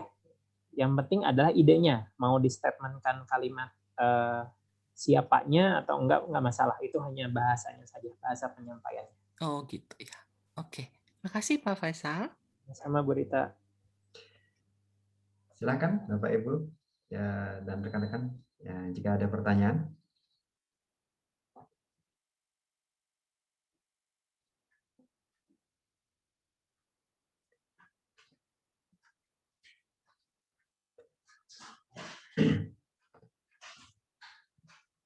Baik. Jadi berkenaan dengan pertanyaan Bu Rita, saya menanggapi bahwa berarti yang kita tulis itu, yang kita baca itu memang harus kita cantumkan dalam tulisan kita juga Pak ya. Selain sebagai rasa terima kasih kita, itu menjadi sudut pandang kita, kiblat kita, penelitian itu ke arah kemana, seperti itu Pak ya, Pak Faisal. Baik, Bapak, Ibu, dan rekan-rekan yang lainnya, jika tidak ada yang ingin diskusikan lagi, kita akan masuk ke sesi selanjutnya. Namun sebelum itu, ada pertanyaan ini satu Pak. Oh, ada pertanyaan lagi. Oh, silakan. Dari chat nih ya. Oh, mohon maaf, saya baru update chatnya. Baik, saya akan bacakan Pak, coba Pak ya. Permisi Pak, dari Mas Yusril Mahendra mengenai novelty. Saya Muhammad Yusril, mahasiswa tingkat akhir Fakultas Informatika, sedang mengerjakan tugas akhir. Yang ingin saya tanyakan adalah apakah penelitian saya ini memiliki novelty? Karena di dalam penulisan penelitian ini, saya sulit menemukan referensi atau penelitian yang metodenya serupa atau mirip dengan penelitian yang dilakukan. Bagaimana? Silakan Pak. Ya, makasih. Jadi Mas Yusril, Kalau Mas Yusuf yang merasa kesulitan menemukan referensi atau penelitian metodenya, berarti selamat karena Anda itu original idenya. Jadi karena nggak ada yang melakukan, baru ada yang melakukan, berarti novelty Anda itu tinggi. Jadi tinggal membahasakannya saja. Intinya kalau kita menawarkan sesuatu, ya pasti ada yang serupa lah tujuannya serupa gitu ya. Jadi kan kita biasanya menawarkan metode yang tujuannya sama. Nah, tujuannya itu coba cari metode lain dan ditulis gitu ya, apa-apa aja. Kalau susah menemukan referensi itu malah bagus. Saya malah, wah ini hebat gitu. Jarang-jarang mahasiswa sedang tugas akhir penelitian susah menemukan referensi. Nah, kalau gampang itu mungkin mudah pengerjaannya, cepat pengerjaannya, cuman kalau dipublikasikan mungkin agak susah. Tapi kalau mencari referensi yang sulit, maka itu adalah poin plus menurut saya. Selamat Pak Mas Yusril. Ya, jadi ini berarti tinggal bagaimana Mas Yusril ini membahasakan apa yang ditelitinya gitu. Iya betul. Ya, baik, betul. Kemudian ada selanjutnya nih dari Mas Muhammad, Saudara Muhammad Syulhanur. Silakan jika ada yang ingin disampaikan atau ditanyakan, di mix saja sekalian.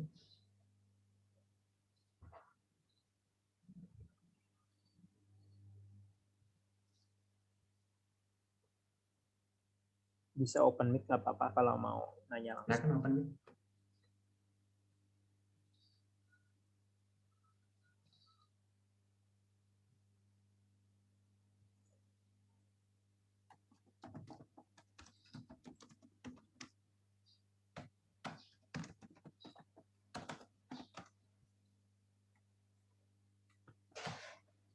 Sambil nunggu mungkin saya mau ada tambahan untuk yang Muhammad Yusril gitu ya.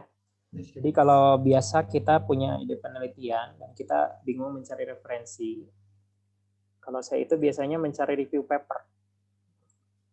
Contoh ya review paper. Dulu saya ikut berkontribusi gitu di sini ya. Jadi kalau di Google Scholar, ketiklah judulnya plus review gitu ya. Nah, nanti akan keluar. Jadi kalau kita lihat review paper, apa dalamnya?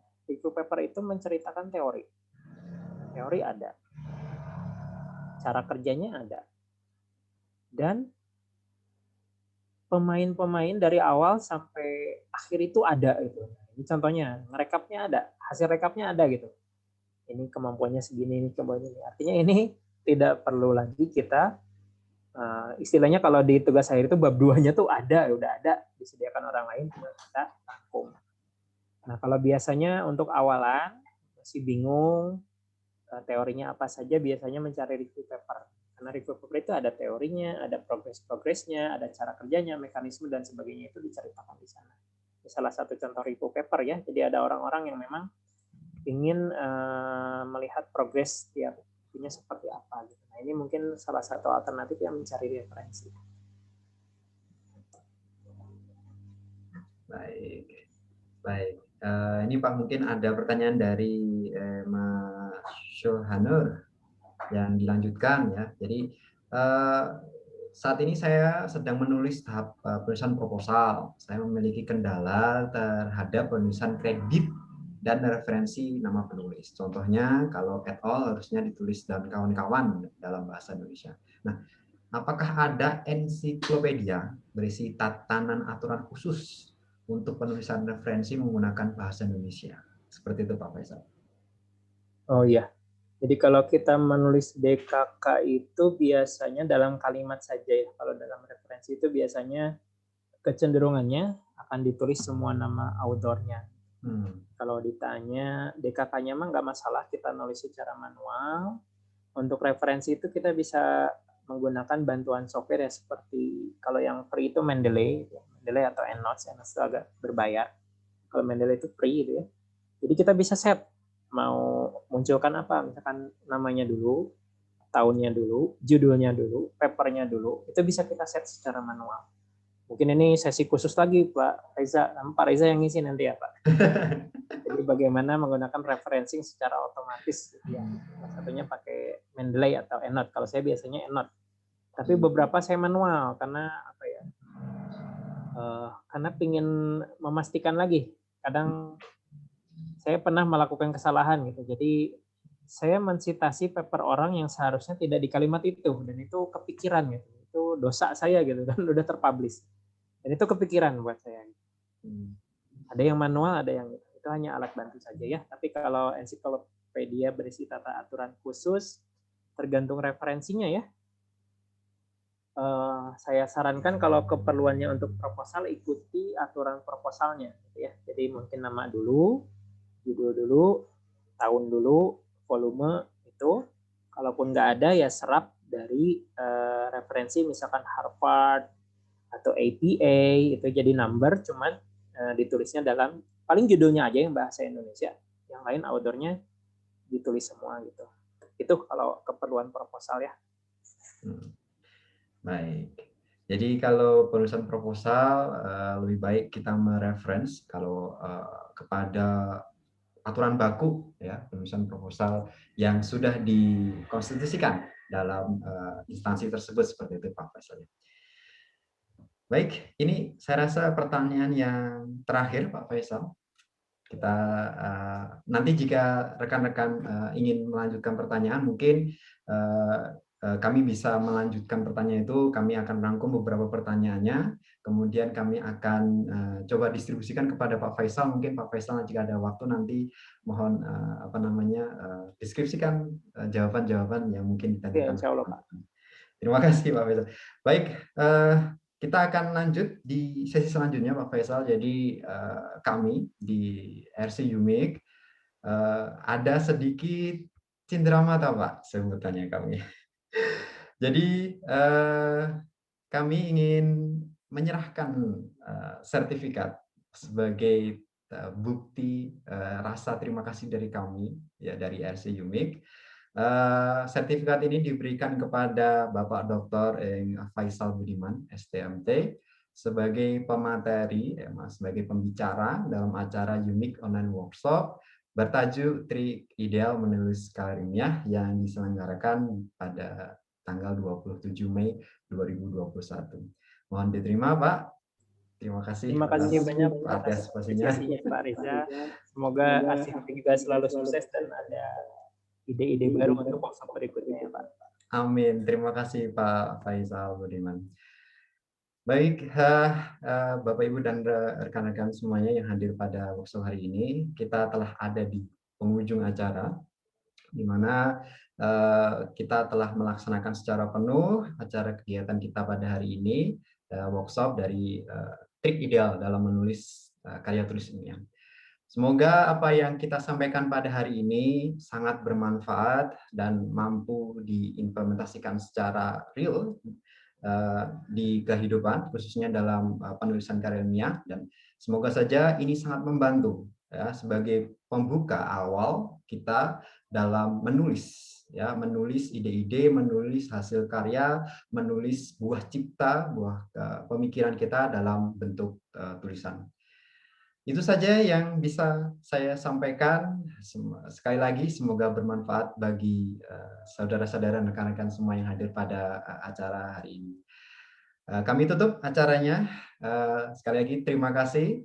Terima kasih. Selamat siang. Wassalamualaikum warahmatullahi wabarakatuh. Waalaikumsalam warahmatullahi wabarakatuh. Saya izin Pak Reza dan semua. Terima kasih. Baik, terima kasih. Terima kasih Bapak Ibu semuanya. Terima kasih Pak Faisal.